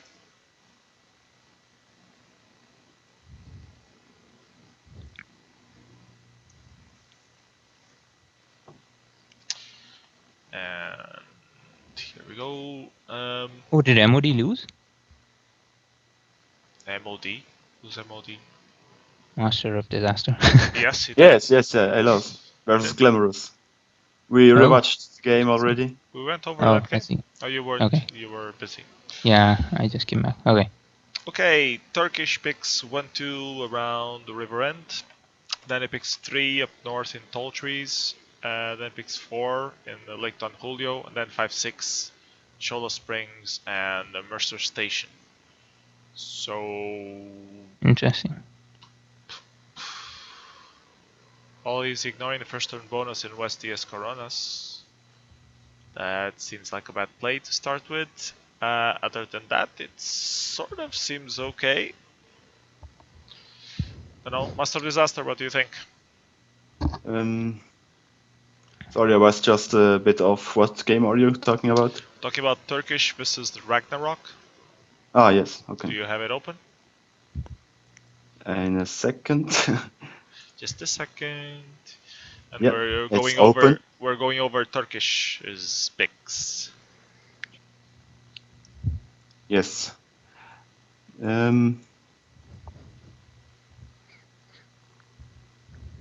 Yes, first the obvious first turn bonus.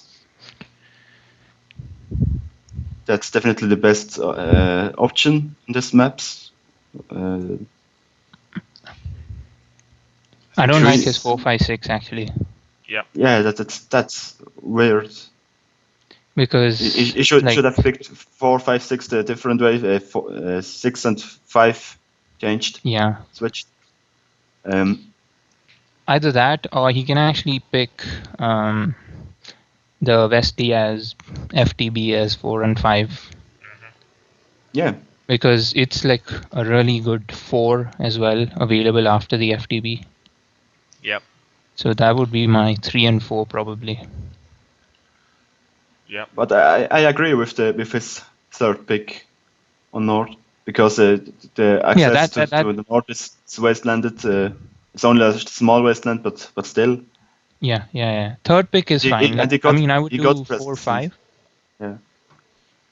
on the West Diaz FTB probably, and follow it up with a 6 on Lake Don Julio to prevent the FTB if I miss it. Okay, let's take a look at Ragnarok's picks. And Ragnarok picks 1-3 around Rio Bravo. And that's Oh it. great, he just made 3. He doesn't even pick anything else because even if he loses one of his 1-3, he already lost the game anyways. So let's hope he gets Benedict to point. Let's see what we got. Why am I not even surprised? Oh, he does get his 1-3, but Turkish is in Mercer Station. Brilliant. And he has complete intel because it was his 6th pick. So he knows exactly all of Ragnarok's picks. Wow. Yeah, but at least he held his promise and always triple picked in the center. Yeah. So yeah, it's not. What a I noob. think it's okay that he ended up like this. Turkish had intel that he will triple pick somewhere in the center, so he decided for his picks like he did. So this is why you shouldn't talk about strategies on the chat before you have games. Yeah, I swear, if we discuss strategy of the maps, then I always lose early. I give away my secrets and then I just lose. We have to stop it for the next tournament. I'm trying to think of any way that Ragnarok can still win, even if No, he but manages to wipe out from Mercer Station, which I don't think Turkish whoa, will let him. he Uh, did. I don't see how But Turkish should really not get eliminated in the center. Yeah, but that was so. Are you guys on turn Did you 3? see the did you see We are the on turn area 0. We haven't Turkish started is the in? game yet. Oh, okay, Did you okay, see okay. did you see the name of Turkish's sixth pick? It's Mercer Station. So the station of the guy from the WarLight staff. There's Fizzle's guy, yeah. Okay, I'm gonna start playing the game now. And yeah, Mercer deploys everything in the center. Turkish, you mean? Turkish, yeah. And Ragnarok still tries for the first turn bonus. Of course he does. Of course he does. Yeah, he has to. And he runs into a wall. What a surprise. And he loses heavily, actually.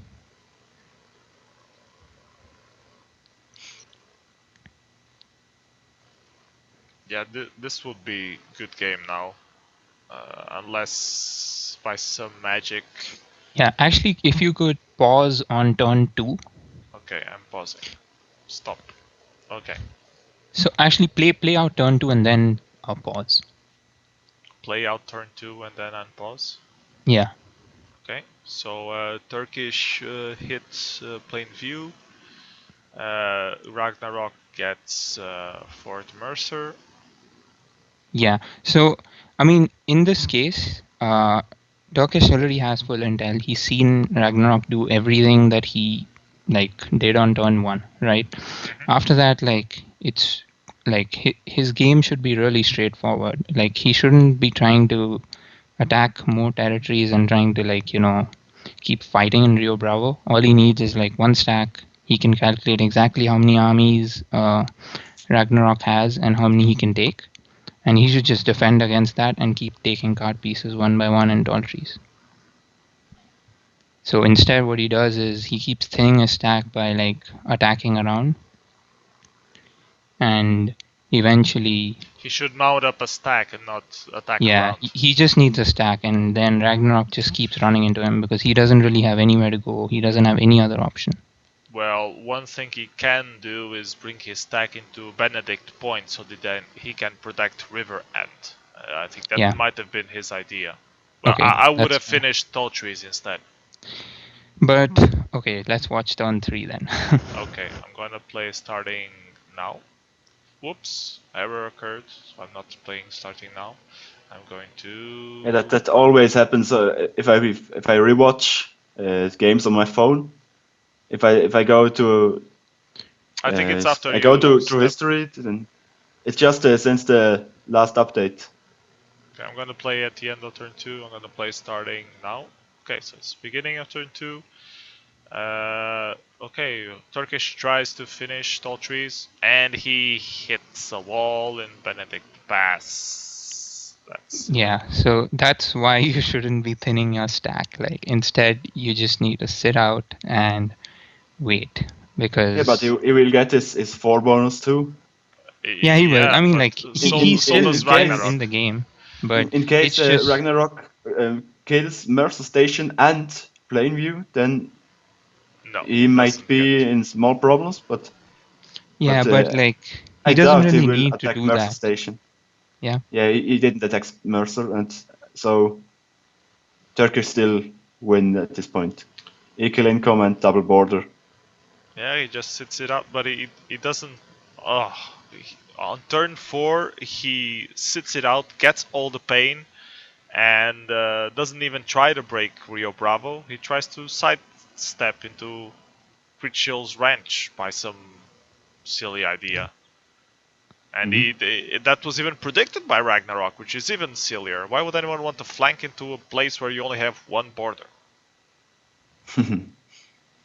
Yeah, I can tell you. And now he tries to attack both borders instead of just one, and he fails to break any of them. This is great. Now Turkish starts expanding in North Henning instead. Yeah, And tries this to game flank shouldn't again into last Critchley's. 7 turns. Why do they keep insisting on Critchley's ranch? There's nothing there.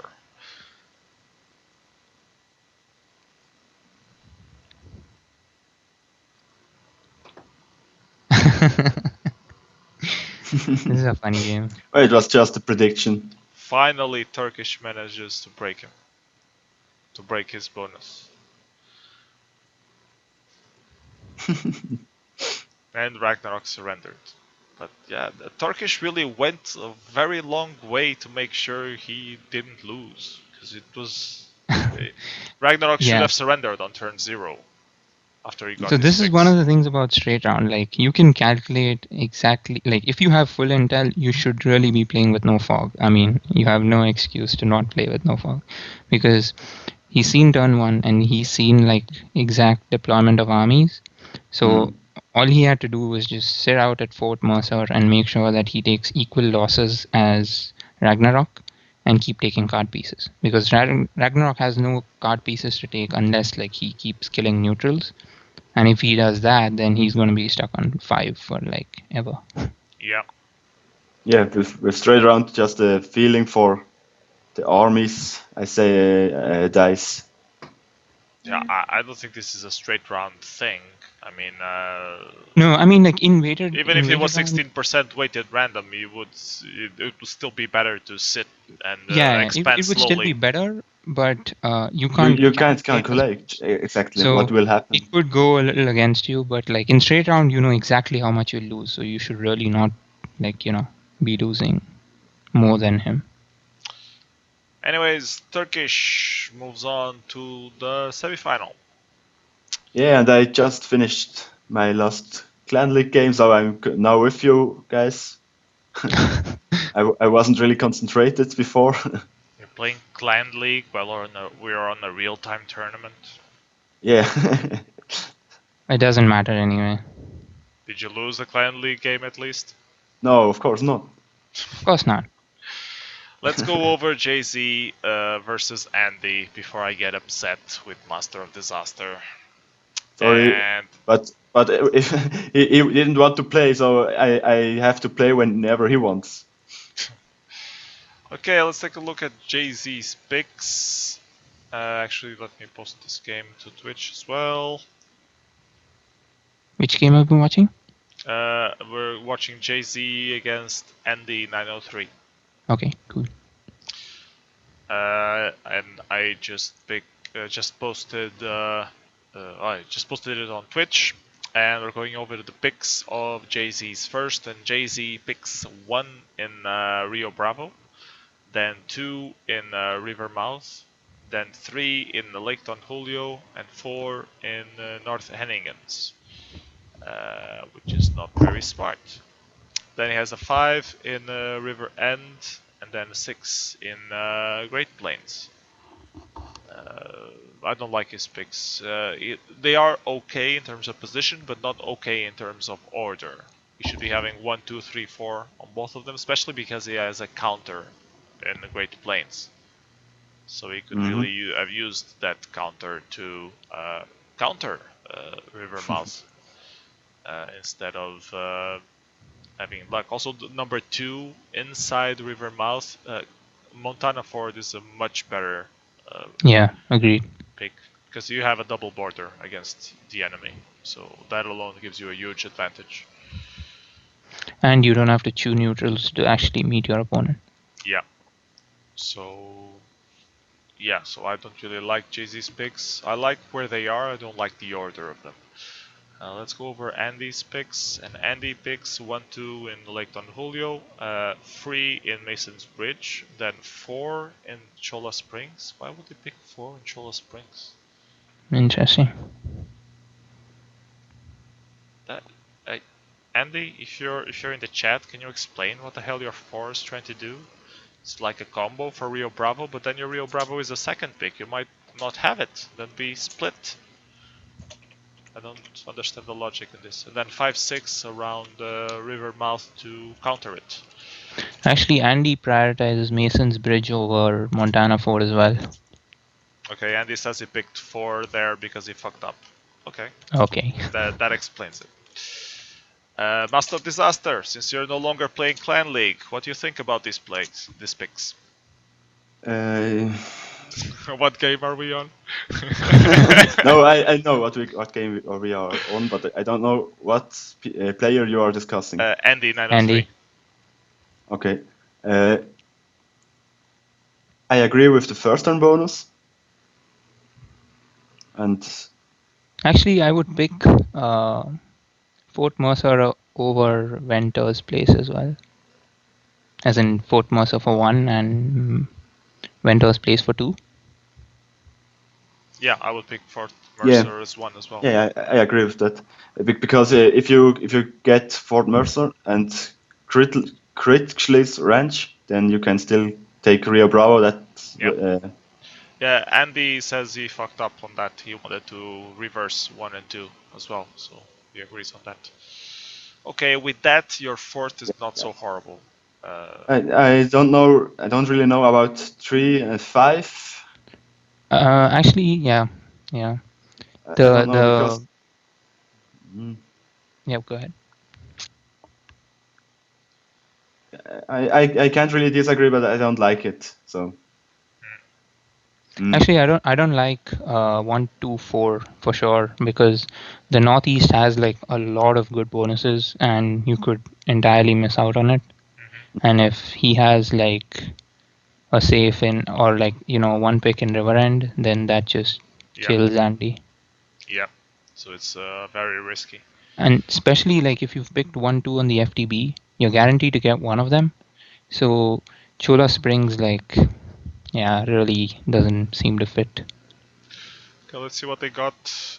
And yeah, Andy did lose his pick number 2 in Fort Mercer, and now he's pretty much screwed. That's rough. Unless he can wipe Jay-Z off from Rivermouth. But he has the element of surprise because he may not actually expect Andy in Chola Springs. Yeah, he can. Maybe if he focuses completely in Rivermouth and just neglects Venter's place, lets Jay-Z run through there and then counter from Critchell's Ranch, then he might actually have a good position. Because if he gets the northeast, he has a lot of places to expand. So, and it's very hard for Jay-Z to get up there anytime soon. And I think he can get to 12 income much faster than Jay-Z takes his second bonus. Okay, so let's play this and see how it works out for them. I'm gonna play the game starting now. And it seems Jay-Z is going for River End. And Andy maybe trying Shola Springs. Yeah, he's expanding in Shola Springs instead of storming. Yeah, that's his only possibility at this point, I think. I would. He could also in North Henninge stay, but it's really risky that, JC checks it out. He predicts the right door in Rivermouth at least, and he brings down the stack from Jay-Z. Actually, this is exactly why I don't like Mason's Bridge over Montana Fort, because you have to like chew neutrals, and just to like meet your opponent, you meet them at like at a stack disadvantage, even if like he hadn't predicted it. Yeah, and then you have 2 borders to defend even if you get the bonus. So yeah. The only thing good about it is that you can make the stack run after you, and then get Montana Ford after you do the run. Yeah, but this is like a really low income game, so. Yeah. Oh. And Jay-Z now double borders Shola Springs from Repentance Rock. Was that like with intel or something, or was that just random? I think actually, it was just expanding. I don't think he had no, intel. Actually, I think I think on turn 3. Yes. He showed 9 income, right? Andy? Yeah. I will check. Yes, he showed 9. but that could mean a lot of things, not necessarily. No, Shola actually on Springs. turn No. 2, on turn 2, Yeah, it can only be yeah, in he has, Chola Springs. yeah, There he is has no to. other 4 bonus available. So on turn 2, Andy deploys just 1 on Montana Ford, right? So you can calculate that he deployed 2 on Montana Ford on the first turn and 1 on Montana Ford on the second turn. So basically And you then can the calculate, calculations start again. yeah, you can calculate that he took 2 territories with a deployment of 3 on turn 1, and then he needed 2 each on both of those territories to complete something else. So he has a 4 bonus. And the only 4 bonus seems like on the map which you can take other than Tall Trees and Great Plains is Chola Springs. So Jay-Z knows that. He has Chola Springs. Okay. He already completely destroyed Andy's Chola Springs. Andy blockaded in Hamlin's Passing. And he also finished Lake Don Julio. So now he has income advantage over Jay-Z, which still hasn't finished Rio Bravo for some reason. Which turn are you? And Jay-Z should be getting wiped out from the north if he's not careful. We're in turn 6, almost at the end of turn 6. Okay. Now we're starting turn 7. So Andy seems to be going for the wipeout in the north, and he gets it. And he will probably get broken in Lake Don Julio.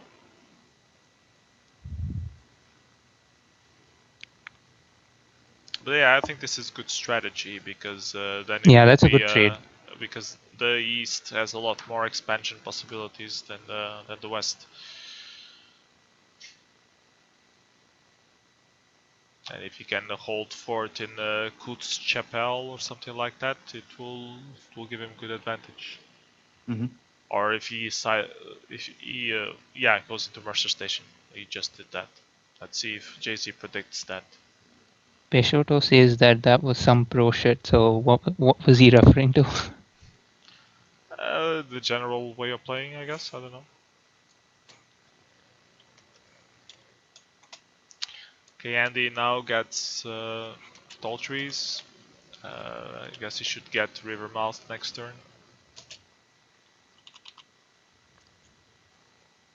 And he's moving his stack down south instead of moving it to finish Great Plains. I would have moved it to Great Plains.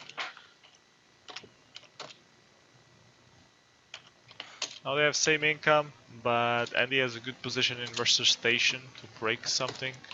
He gets completely wiped out from there, first action. He actually played another priority card, Jay-Z, so that's why. But that might mean Andy survives in Venter's Palace. Venter's Place, yeah, and he does.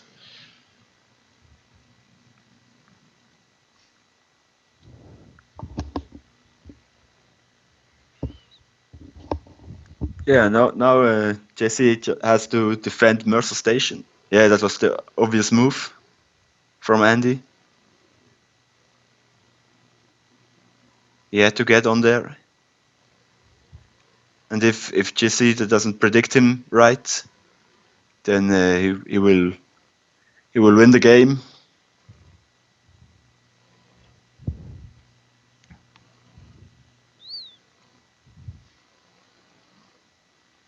Okay, Andy now has income advantage after a few turns being the bottom. 15 to 14. Yeah, it didn't predict him to move to Mercer Station. Yeah, and now Andy's are you sitting on at the Kutz same Chapel. turn as me? Because sometimes it runs slower for me. We're in turn 11 now, starting turn 11. Okay, it's just a bit strange because I started exactly the same moment as you, but it didn't run the same Flash. speed. Flash. Yeah. Okay. Only Flash makes it possible.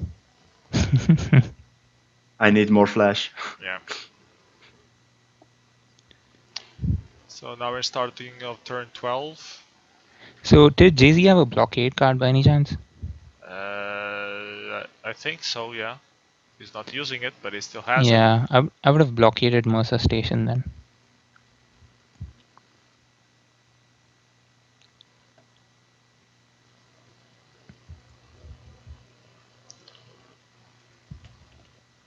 And he's expanding in the south instead of pushing into the north. I don't know what he's doing. Actually, Andy seems to be going for South Hennig instead, which has a wasteland. I wonder if he noticed that there was a wasteland there. And he gets back Lake Don Julio. JC just let him. He was too afraid of Fort Mercer getting taken, so he just let Andy take it. Now Andy will probably go into Mercer Station. JZ Yep. tries to predict that. He does, but with too little armies, so Andy has even bigger income on stack advantage. And he is also working on the 5 bonus Yeah, he's hitting with, it with with 1. a wasteland, but he doesn't care. He just diminishes the army turn for turn. Oh, the 3 versus 3 attack didn't help JC. But that was a close one. Yep. I think even if he got that one, it would still be huge advantage to Andy at this point.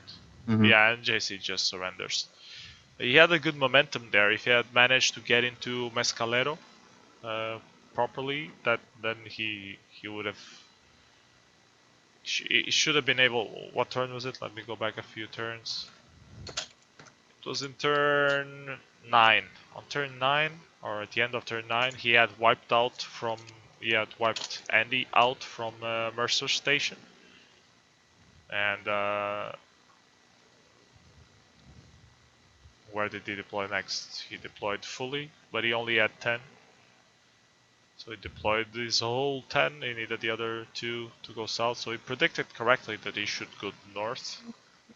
Yeah, I think he had to go north quick though, because like Andy's bonuses were like too isolated, and I think the best bet for him to win the game would have been to get into a brawl instead of like just trying to defend, because eventually like Andy would get a double or triple border and just break him. Yep. And Mercer Station really should have been blockaded, because if he blockades that, then Andy has to go around like 4 turns probably to like get to Rio Bravo again. Yep.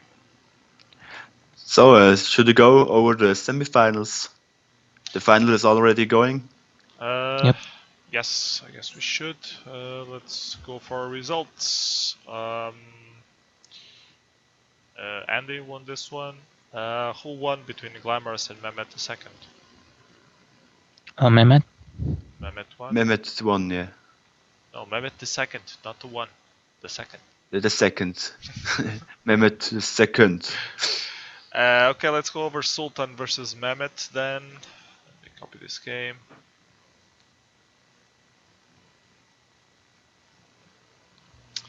Maybe he'll end up second in the tournament.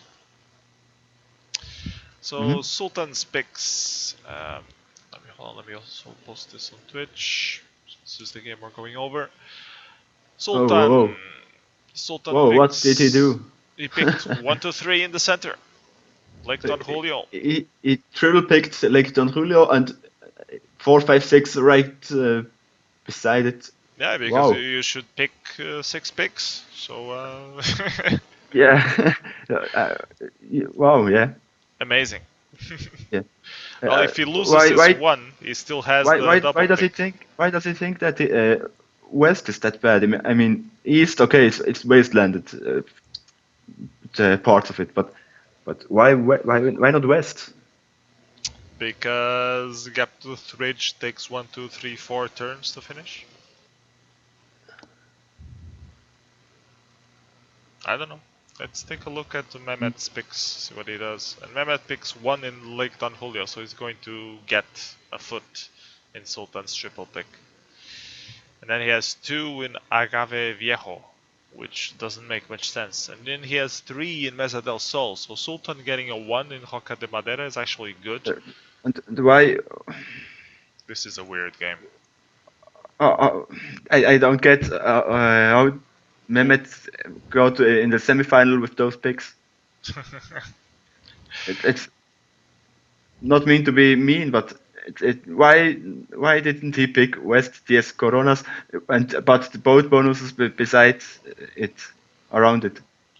Did he know that Sultan would pick it first and then he thought he would fool him? Or I don't know. I don't know. Why didn't they any of them played safe in I don't know River End or in River Mouth or in even in Train Towns? Even having a pick in Train Towns early on would have been nicer than this. yeah, I would say we don't have to analyze those picks. We just check what they get and Yeah, see yeah. how they managed to do it. So they have a complete brawl in the center around This is a West crazy game. DS Coronas. So That looks nice, yeah, at least. and Sultan even Actually, has a pick on a yeah. wastelanded area. So So Sultan ends up congratulations, with Sultan. the worst picks of the two. That's just great. But Sultan has intel, you know, that's important. Yeah, And Sultan sure. can try for the first turn bonus this turn. It would be Yeah. amazing if he gets 8 income with 3 territories bordering Mehmet. Yeah, Like I'm says, curious playing what will safe happen on this. is overrated. Yeah, this is a weird game. Anyways, I'm gonna play the game starting now. And Mehmet deployed everything and is trying to finish the +4 that is safe on his TS Coronas. Not really safe, but he thinks Sultan has no intel. And Sultan wipes out Mehmet from North Perdido. Yeah, and And Wha- Mehmet now yes, flanks. yes. Mehmet flanks into Mercer Station in the north to stay alive. And Sultan in That's not response a bad attacks with move. 1. But as you can see, Sultan was able to calculate exactly how many armies so he was able to calculate that he would take East DS Coronas this turn. He could have gone for the first turn bonus for the West DS Coronas too, but he decided to stop Mehmet from getting his bonus. Yeah, but I don't understand why he attacked first move though. Yeah, that's not really reasonable. Because I mean, he has enough to take him after he He moves in. loses like 4 Yeah. armies more than he would otherwise. So it would Yeah, probably be better to wait and then attack because he had 2 delays. and One I in also disagree to take West DS Coronas last turn because he could have used his leftovers in North Perdido and get a save for income. yeah. Because now he has to fight and he had to predict him right. Otherwise, it would be much easier. Yeah. I guess he likes brawls, so Yeah, I also do.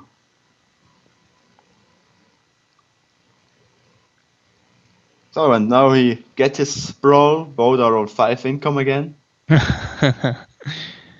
yeah. Interesting game.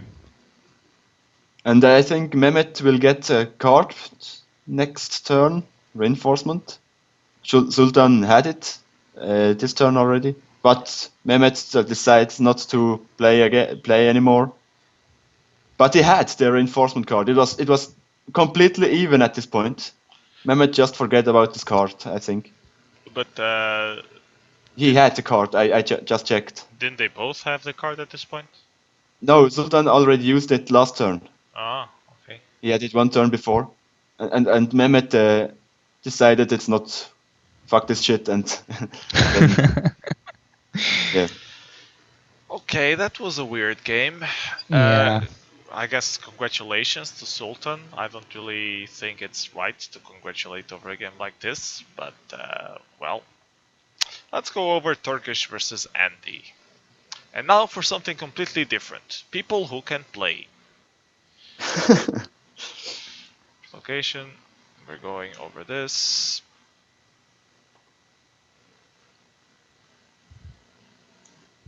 The final is still going on. That's good. So okay, so the other semi-final, right? Let's take a look at Turkish's picks, and Turkish picks 1-2 around River End, then 3-4 to combo Great Plains. It's a bit risky, but Yeah, I don't like it. If he would,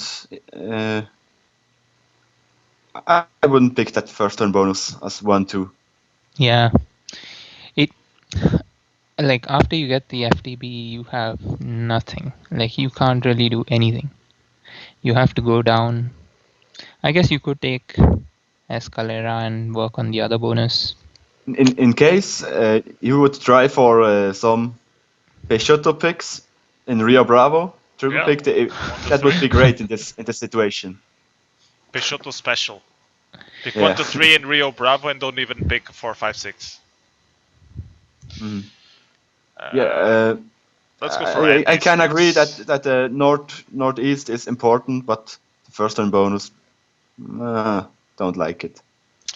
Okay, let's take a look at Andy's picks, and Andy picks 1 in Rivermouth, then 2 in River End, and then 3-4 in Lake Don Julio, which is also first turn bonus, which we Yeah. were Yeah, neglecting. but it's also hidden countered by Roca de Madeira, and if Turkish Yeah. has no opponent in Captured Bridge, he can risk to get the bonus. So, Actually, I like River End more than Lake Don Julio. yeah, I do too, because you don't waste armies and he counters you the same turn. I like the And That may Rivermouth. happen in. I like the Rivermouth pick because it counters well the 2 in the north. yeah, that's a good pick. You really need to have presence in the northeast because It's there's just really just too safe much and far away. income up for grabs. Okay, let's see what they got. And Turkish is way up north in Nekoti Rock and way down south in River End. Yeah, Andy has the combo in Lake Don Julio and the position in Rivermouth, so we can go north and see what when happens. Turkish gets tall trees, he is directly double bordered by Andy with Rivermouth. Yep, so that might be a good counter from Andy. Let's see how that works out. I'm gonna play the game starting now. And yeah, it seems Turkish goes for first turn bonus. Andy's actually deploying a lot. Yes, because of the counter. Oh, yeah, he's expecting a counter possibly. Okay.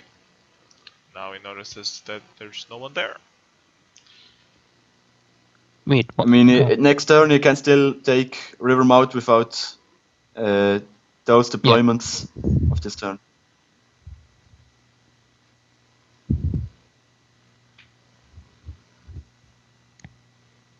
Now it depends on Turkish if he.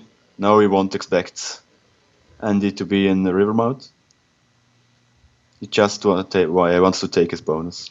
And Andy starts working on the +5. I would actually have gone into Rio Bravo because I would expect someone to be in River End and start working on Yes. that instead of the +5. But if he gets the +5 in next turn, then he got for sure income advantage.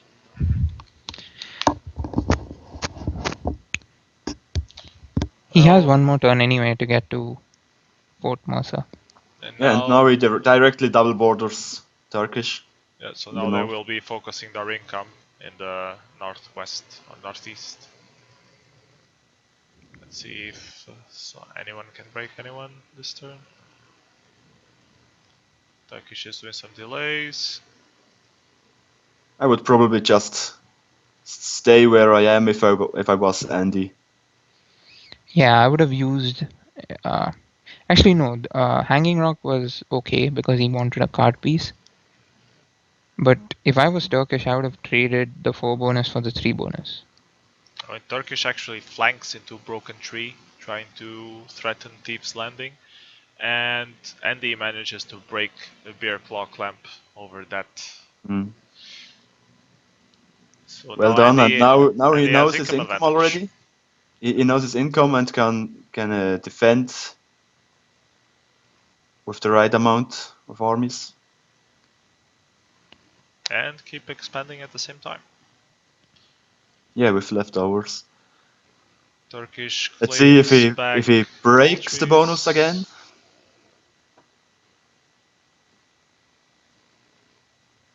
Seems to be putting delay moves for that at least.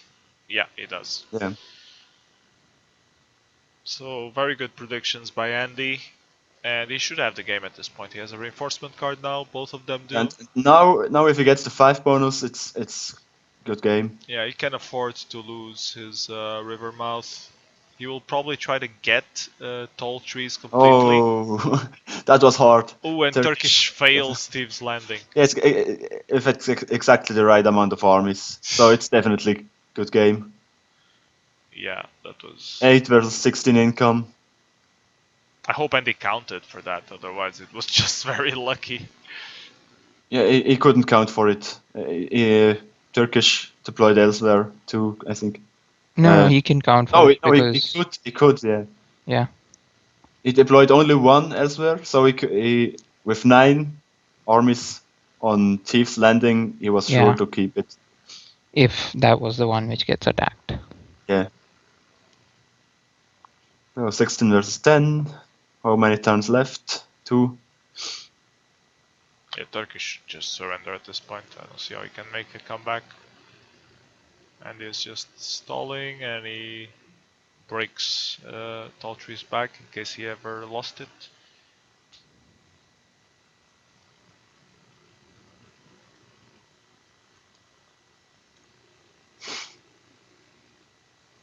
Yeah, and he blockades in the end. Tanner's reach. Okay, now they will probably see each other in the south. Let's see if Andy goes for Repentance Rock or for Fort Mercer. He goes for Repentance Rock. So there's a very vulnerable Fort Mercer that needs to be defended next turn or attacked. But Andy has overwhelming income advantage at this point. Yeah, and Turkish just surrenders. Congratulations, Andy. We move on to the finals.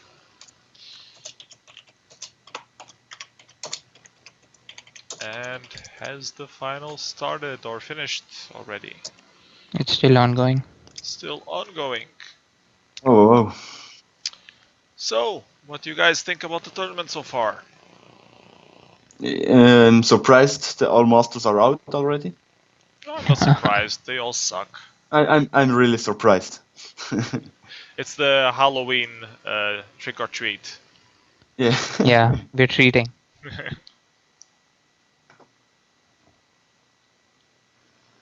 But yeah, no, this is a good map, a good template as well, and the game seemed to like get over quickly, which is always nice in a 1v1.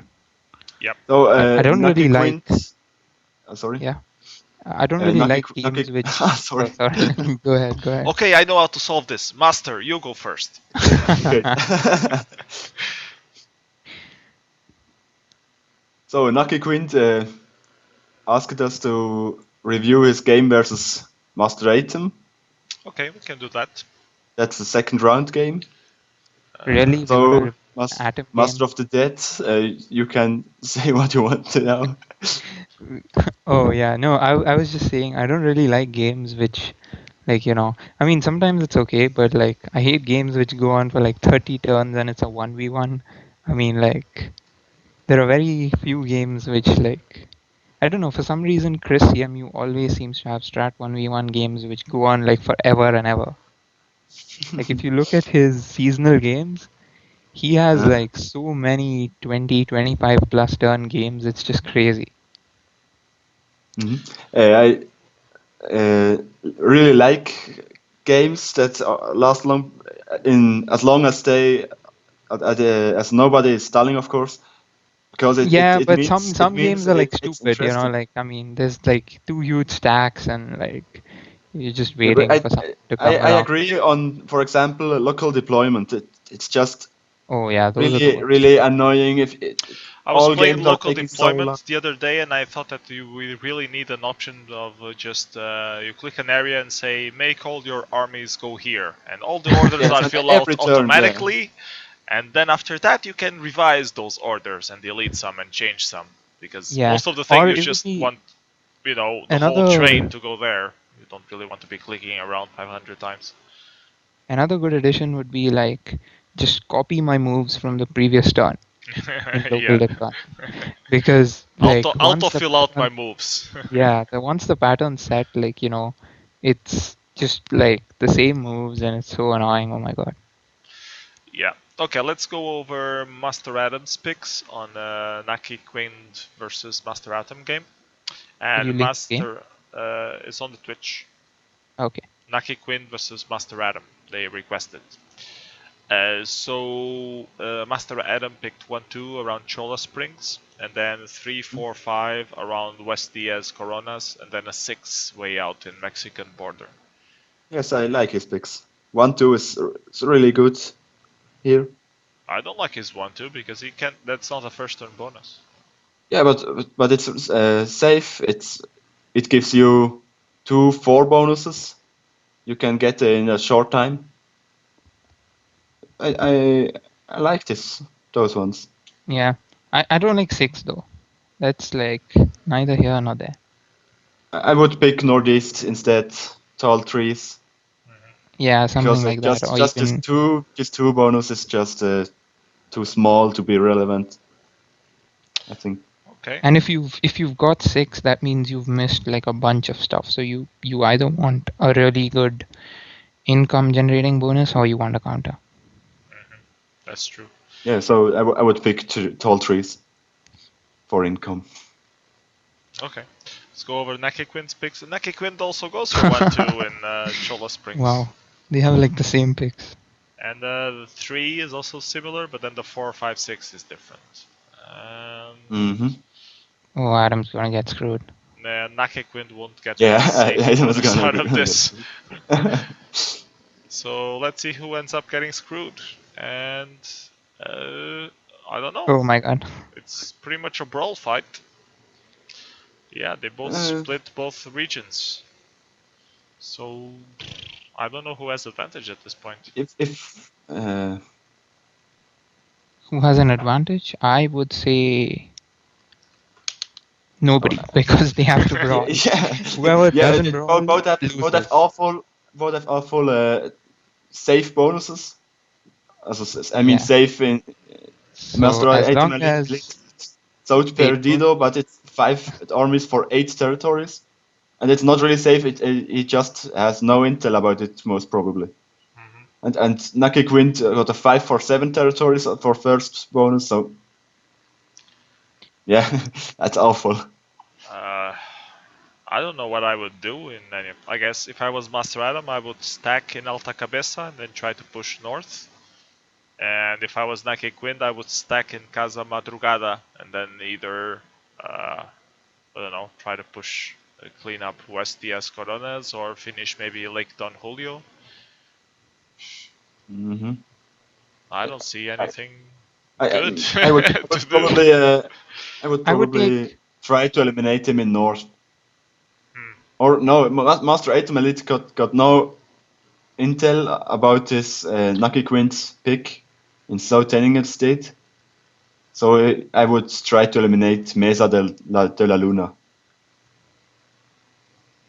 Yeah. Okay, But it's really desperate. let's just play this out and see how the cat fight goes. I'm gonna play the game starting now. And seems Naki Quinn goes for the north wipeout. So we Oh god, what is Adam doing? He goes for the 5 income for 8 territories. fucking Wow. hell. Yeah, he needs only 2 more turns full deployment to get this bonus, so it's great. He And surrendered. Master Adam surrenders. But he had Brilliant. intel about the north, but he still decides to. No. Oh, That's great. everybody loves an Adam. Good game. Okay, let's see if the final is finished now. Why was this game suggested? For now? Yeah, it's suggested by Naki Quint, so. No wonder. Okay, the final Yeah, is done. it's finished. So let's go over that one. And the the final final score? is for the WGL number 109 in Red Dead Redemption 0% straight round, no cyclic order tournament. Sultan Kuzmitov against Andy 903, and It's a random order. You changed it. random order, random cyclic order. No. And we have 1-2 for Andy 903 around the river end, then 3 up north in Great Plains, and 4 in train stops, and then 5-6 in river mouth. Yes. I think it's Mm. okay. The northeast is not covered at all if you lose your 3. Then you get a 5-6. Oh, sorry. And, Were you looking But at? with train stops, it's not so bad. we're looking at You got- Andy's Yeah. picks. Yeah, okay. Yeah, with train stops you can go to the and there's west. a big chance that the first turn bonus will get splitted. There's really Yeah. a big chance for it. So it will most likely get a pick in northeast. Yeah, Okay, okay, let's take a look at Sultan's picks. Sultan also goes for 1-2 in River End, Yes. then 3 in Montana Ford, then 4 in train stops, and 5 in Gap Tooth Ridge. That can combo train stops. That's okay, I guess. And the 6 in Thieves Landing. Hi. It's a little sad that the first pick is really important, I think. I like his To picks. go. I like Sultan's picks better I like than it, Andy's. but it's a bit sad that on this board the first pick is so important. It's so much better than the second pick, but they have to pick 1-2 on the river end. Yep. Actually, I would pick, given that the first pick is so important, I would pick Gap Tooth Ridge as my 4. Or Where is even this? like do 2-3 on Gap Tooth Ridge, like Gap to Ridge, yeah. River End 2 and Gap Tooth Ridge 3. Assuming that you're going to lose out on, like, Yes, that would be a nice idea because you get either the Yeah. first pick or the second or the third. But in case you get the first pick, Yeah, you that get sucks. also the third. Not Okay, great, yeah. Probably not good. Yeah. but it would be a nice solution if you get the second pick. Oh, you see it in no-look cyclic, that would be a really good option. But with Yeah, because random you move can order or calculate. cyclic order, it's just hard to predict something like this. Okay, let's see what they got. And they split 1-2 as we were expecting. And as you say, he got the Gap Tooth Ridge combo. Oh, he did. I want to check his picks again to see how he managed to And he has end up the like. intel, and he has the intel on train stops. Yeah, that's really great. But Oh, train yeah. stops, He got second, third, and fifth pick. but train stops actually can threaten Gap Tooth Ridge very well, either through El Paso or through Hamlin's Passing. Yeah, just through El Paso, it can't threaten it very well. So It's just a. but Andy doesn't have I intel agree. on I Sultan think being in silent Sultan steps. will counter train stops. Yeah. So But, I think Sultan- Sultan has advantage now at this Very point. good picks after your last game, Sultan. Yeah. Your last game was just not so good, but those picks are strong. Okay, let's play this out and see what happens. I'm gonna play the game starting now. And Sultan deploys on the south. He also deploys on the north and is working on North Hennings Pass. Andy seems to be working on train stops. I would have been working on Great Plains instead of train stops if I was Andy. But yeah, that Why? was the threat of someone in Montana Ford coming north. So okay. So and Sultan will get 12 income, while Andy only gets 11. But Andy can double border. Yeah, and Sultan. Andy predicts that Sultan might be on Gap Tooth, so he actually puts And more. at this point, Andy got also full intel about Sultan. He sees everything now. Yeah, but Sultan will have income advantage. Yeah, but only one, and with double border, it's hard. But if he loses, if he concentrates on on gap to the ridge and breaks train stops, then is even 2 income in advantage. A good prediction from Andy, seeing which one Sultan would defend the most.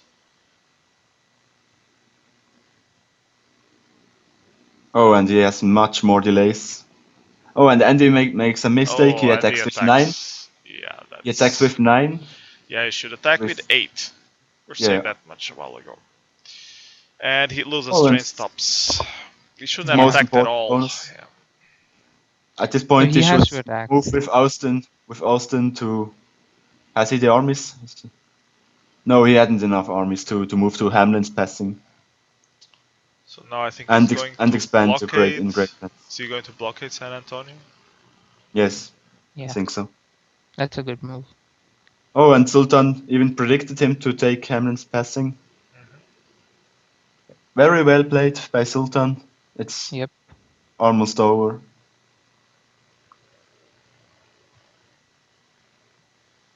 They both have reinforcement cards now.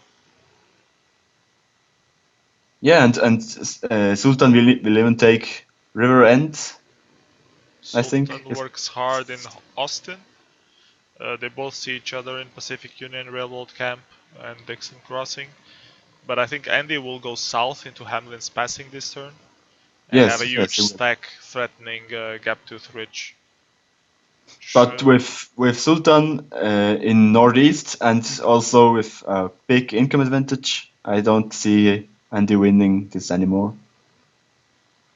Doesn't have that he got double border on 2 bonuses, but if Sultan breaks northeast, then he's done.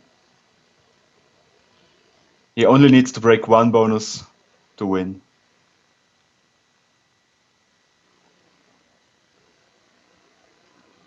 Okay, Andy breaks Gaptooth Ridge, and he might be able Sultan to. has a delay card, and he hadn't anymore. So yeah, he will lose Mexican border. Yep. But stay alive in Great Plains. Still 11 to 9 income after breaking a bonus, after breaking a 4 bonus. And he calculated the necessary amount of armies to break Great Plains. So it's good game for Sultan. Good game for Andy. Congratulations to Sultan. Yeah, good game for both. Yeah, it was a good game.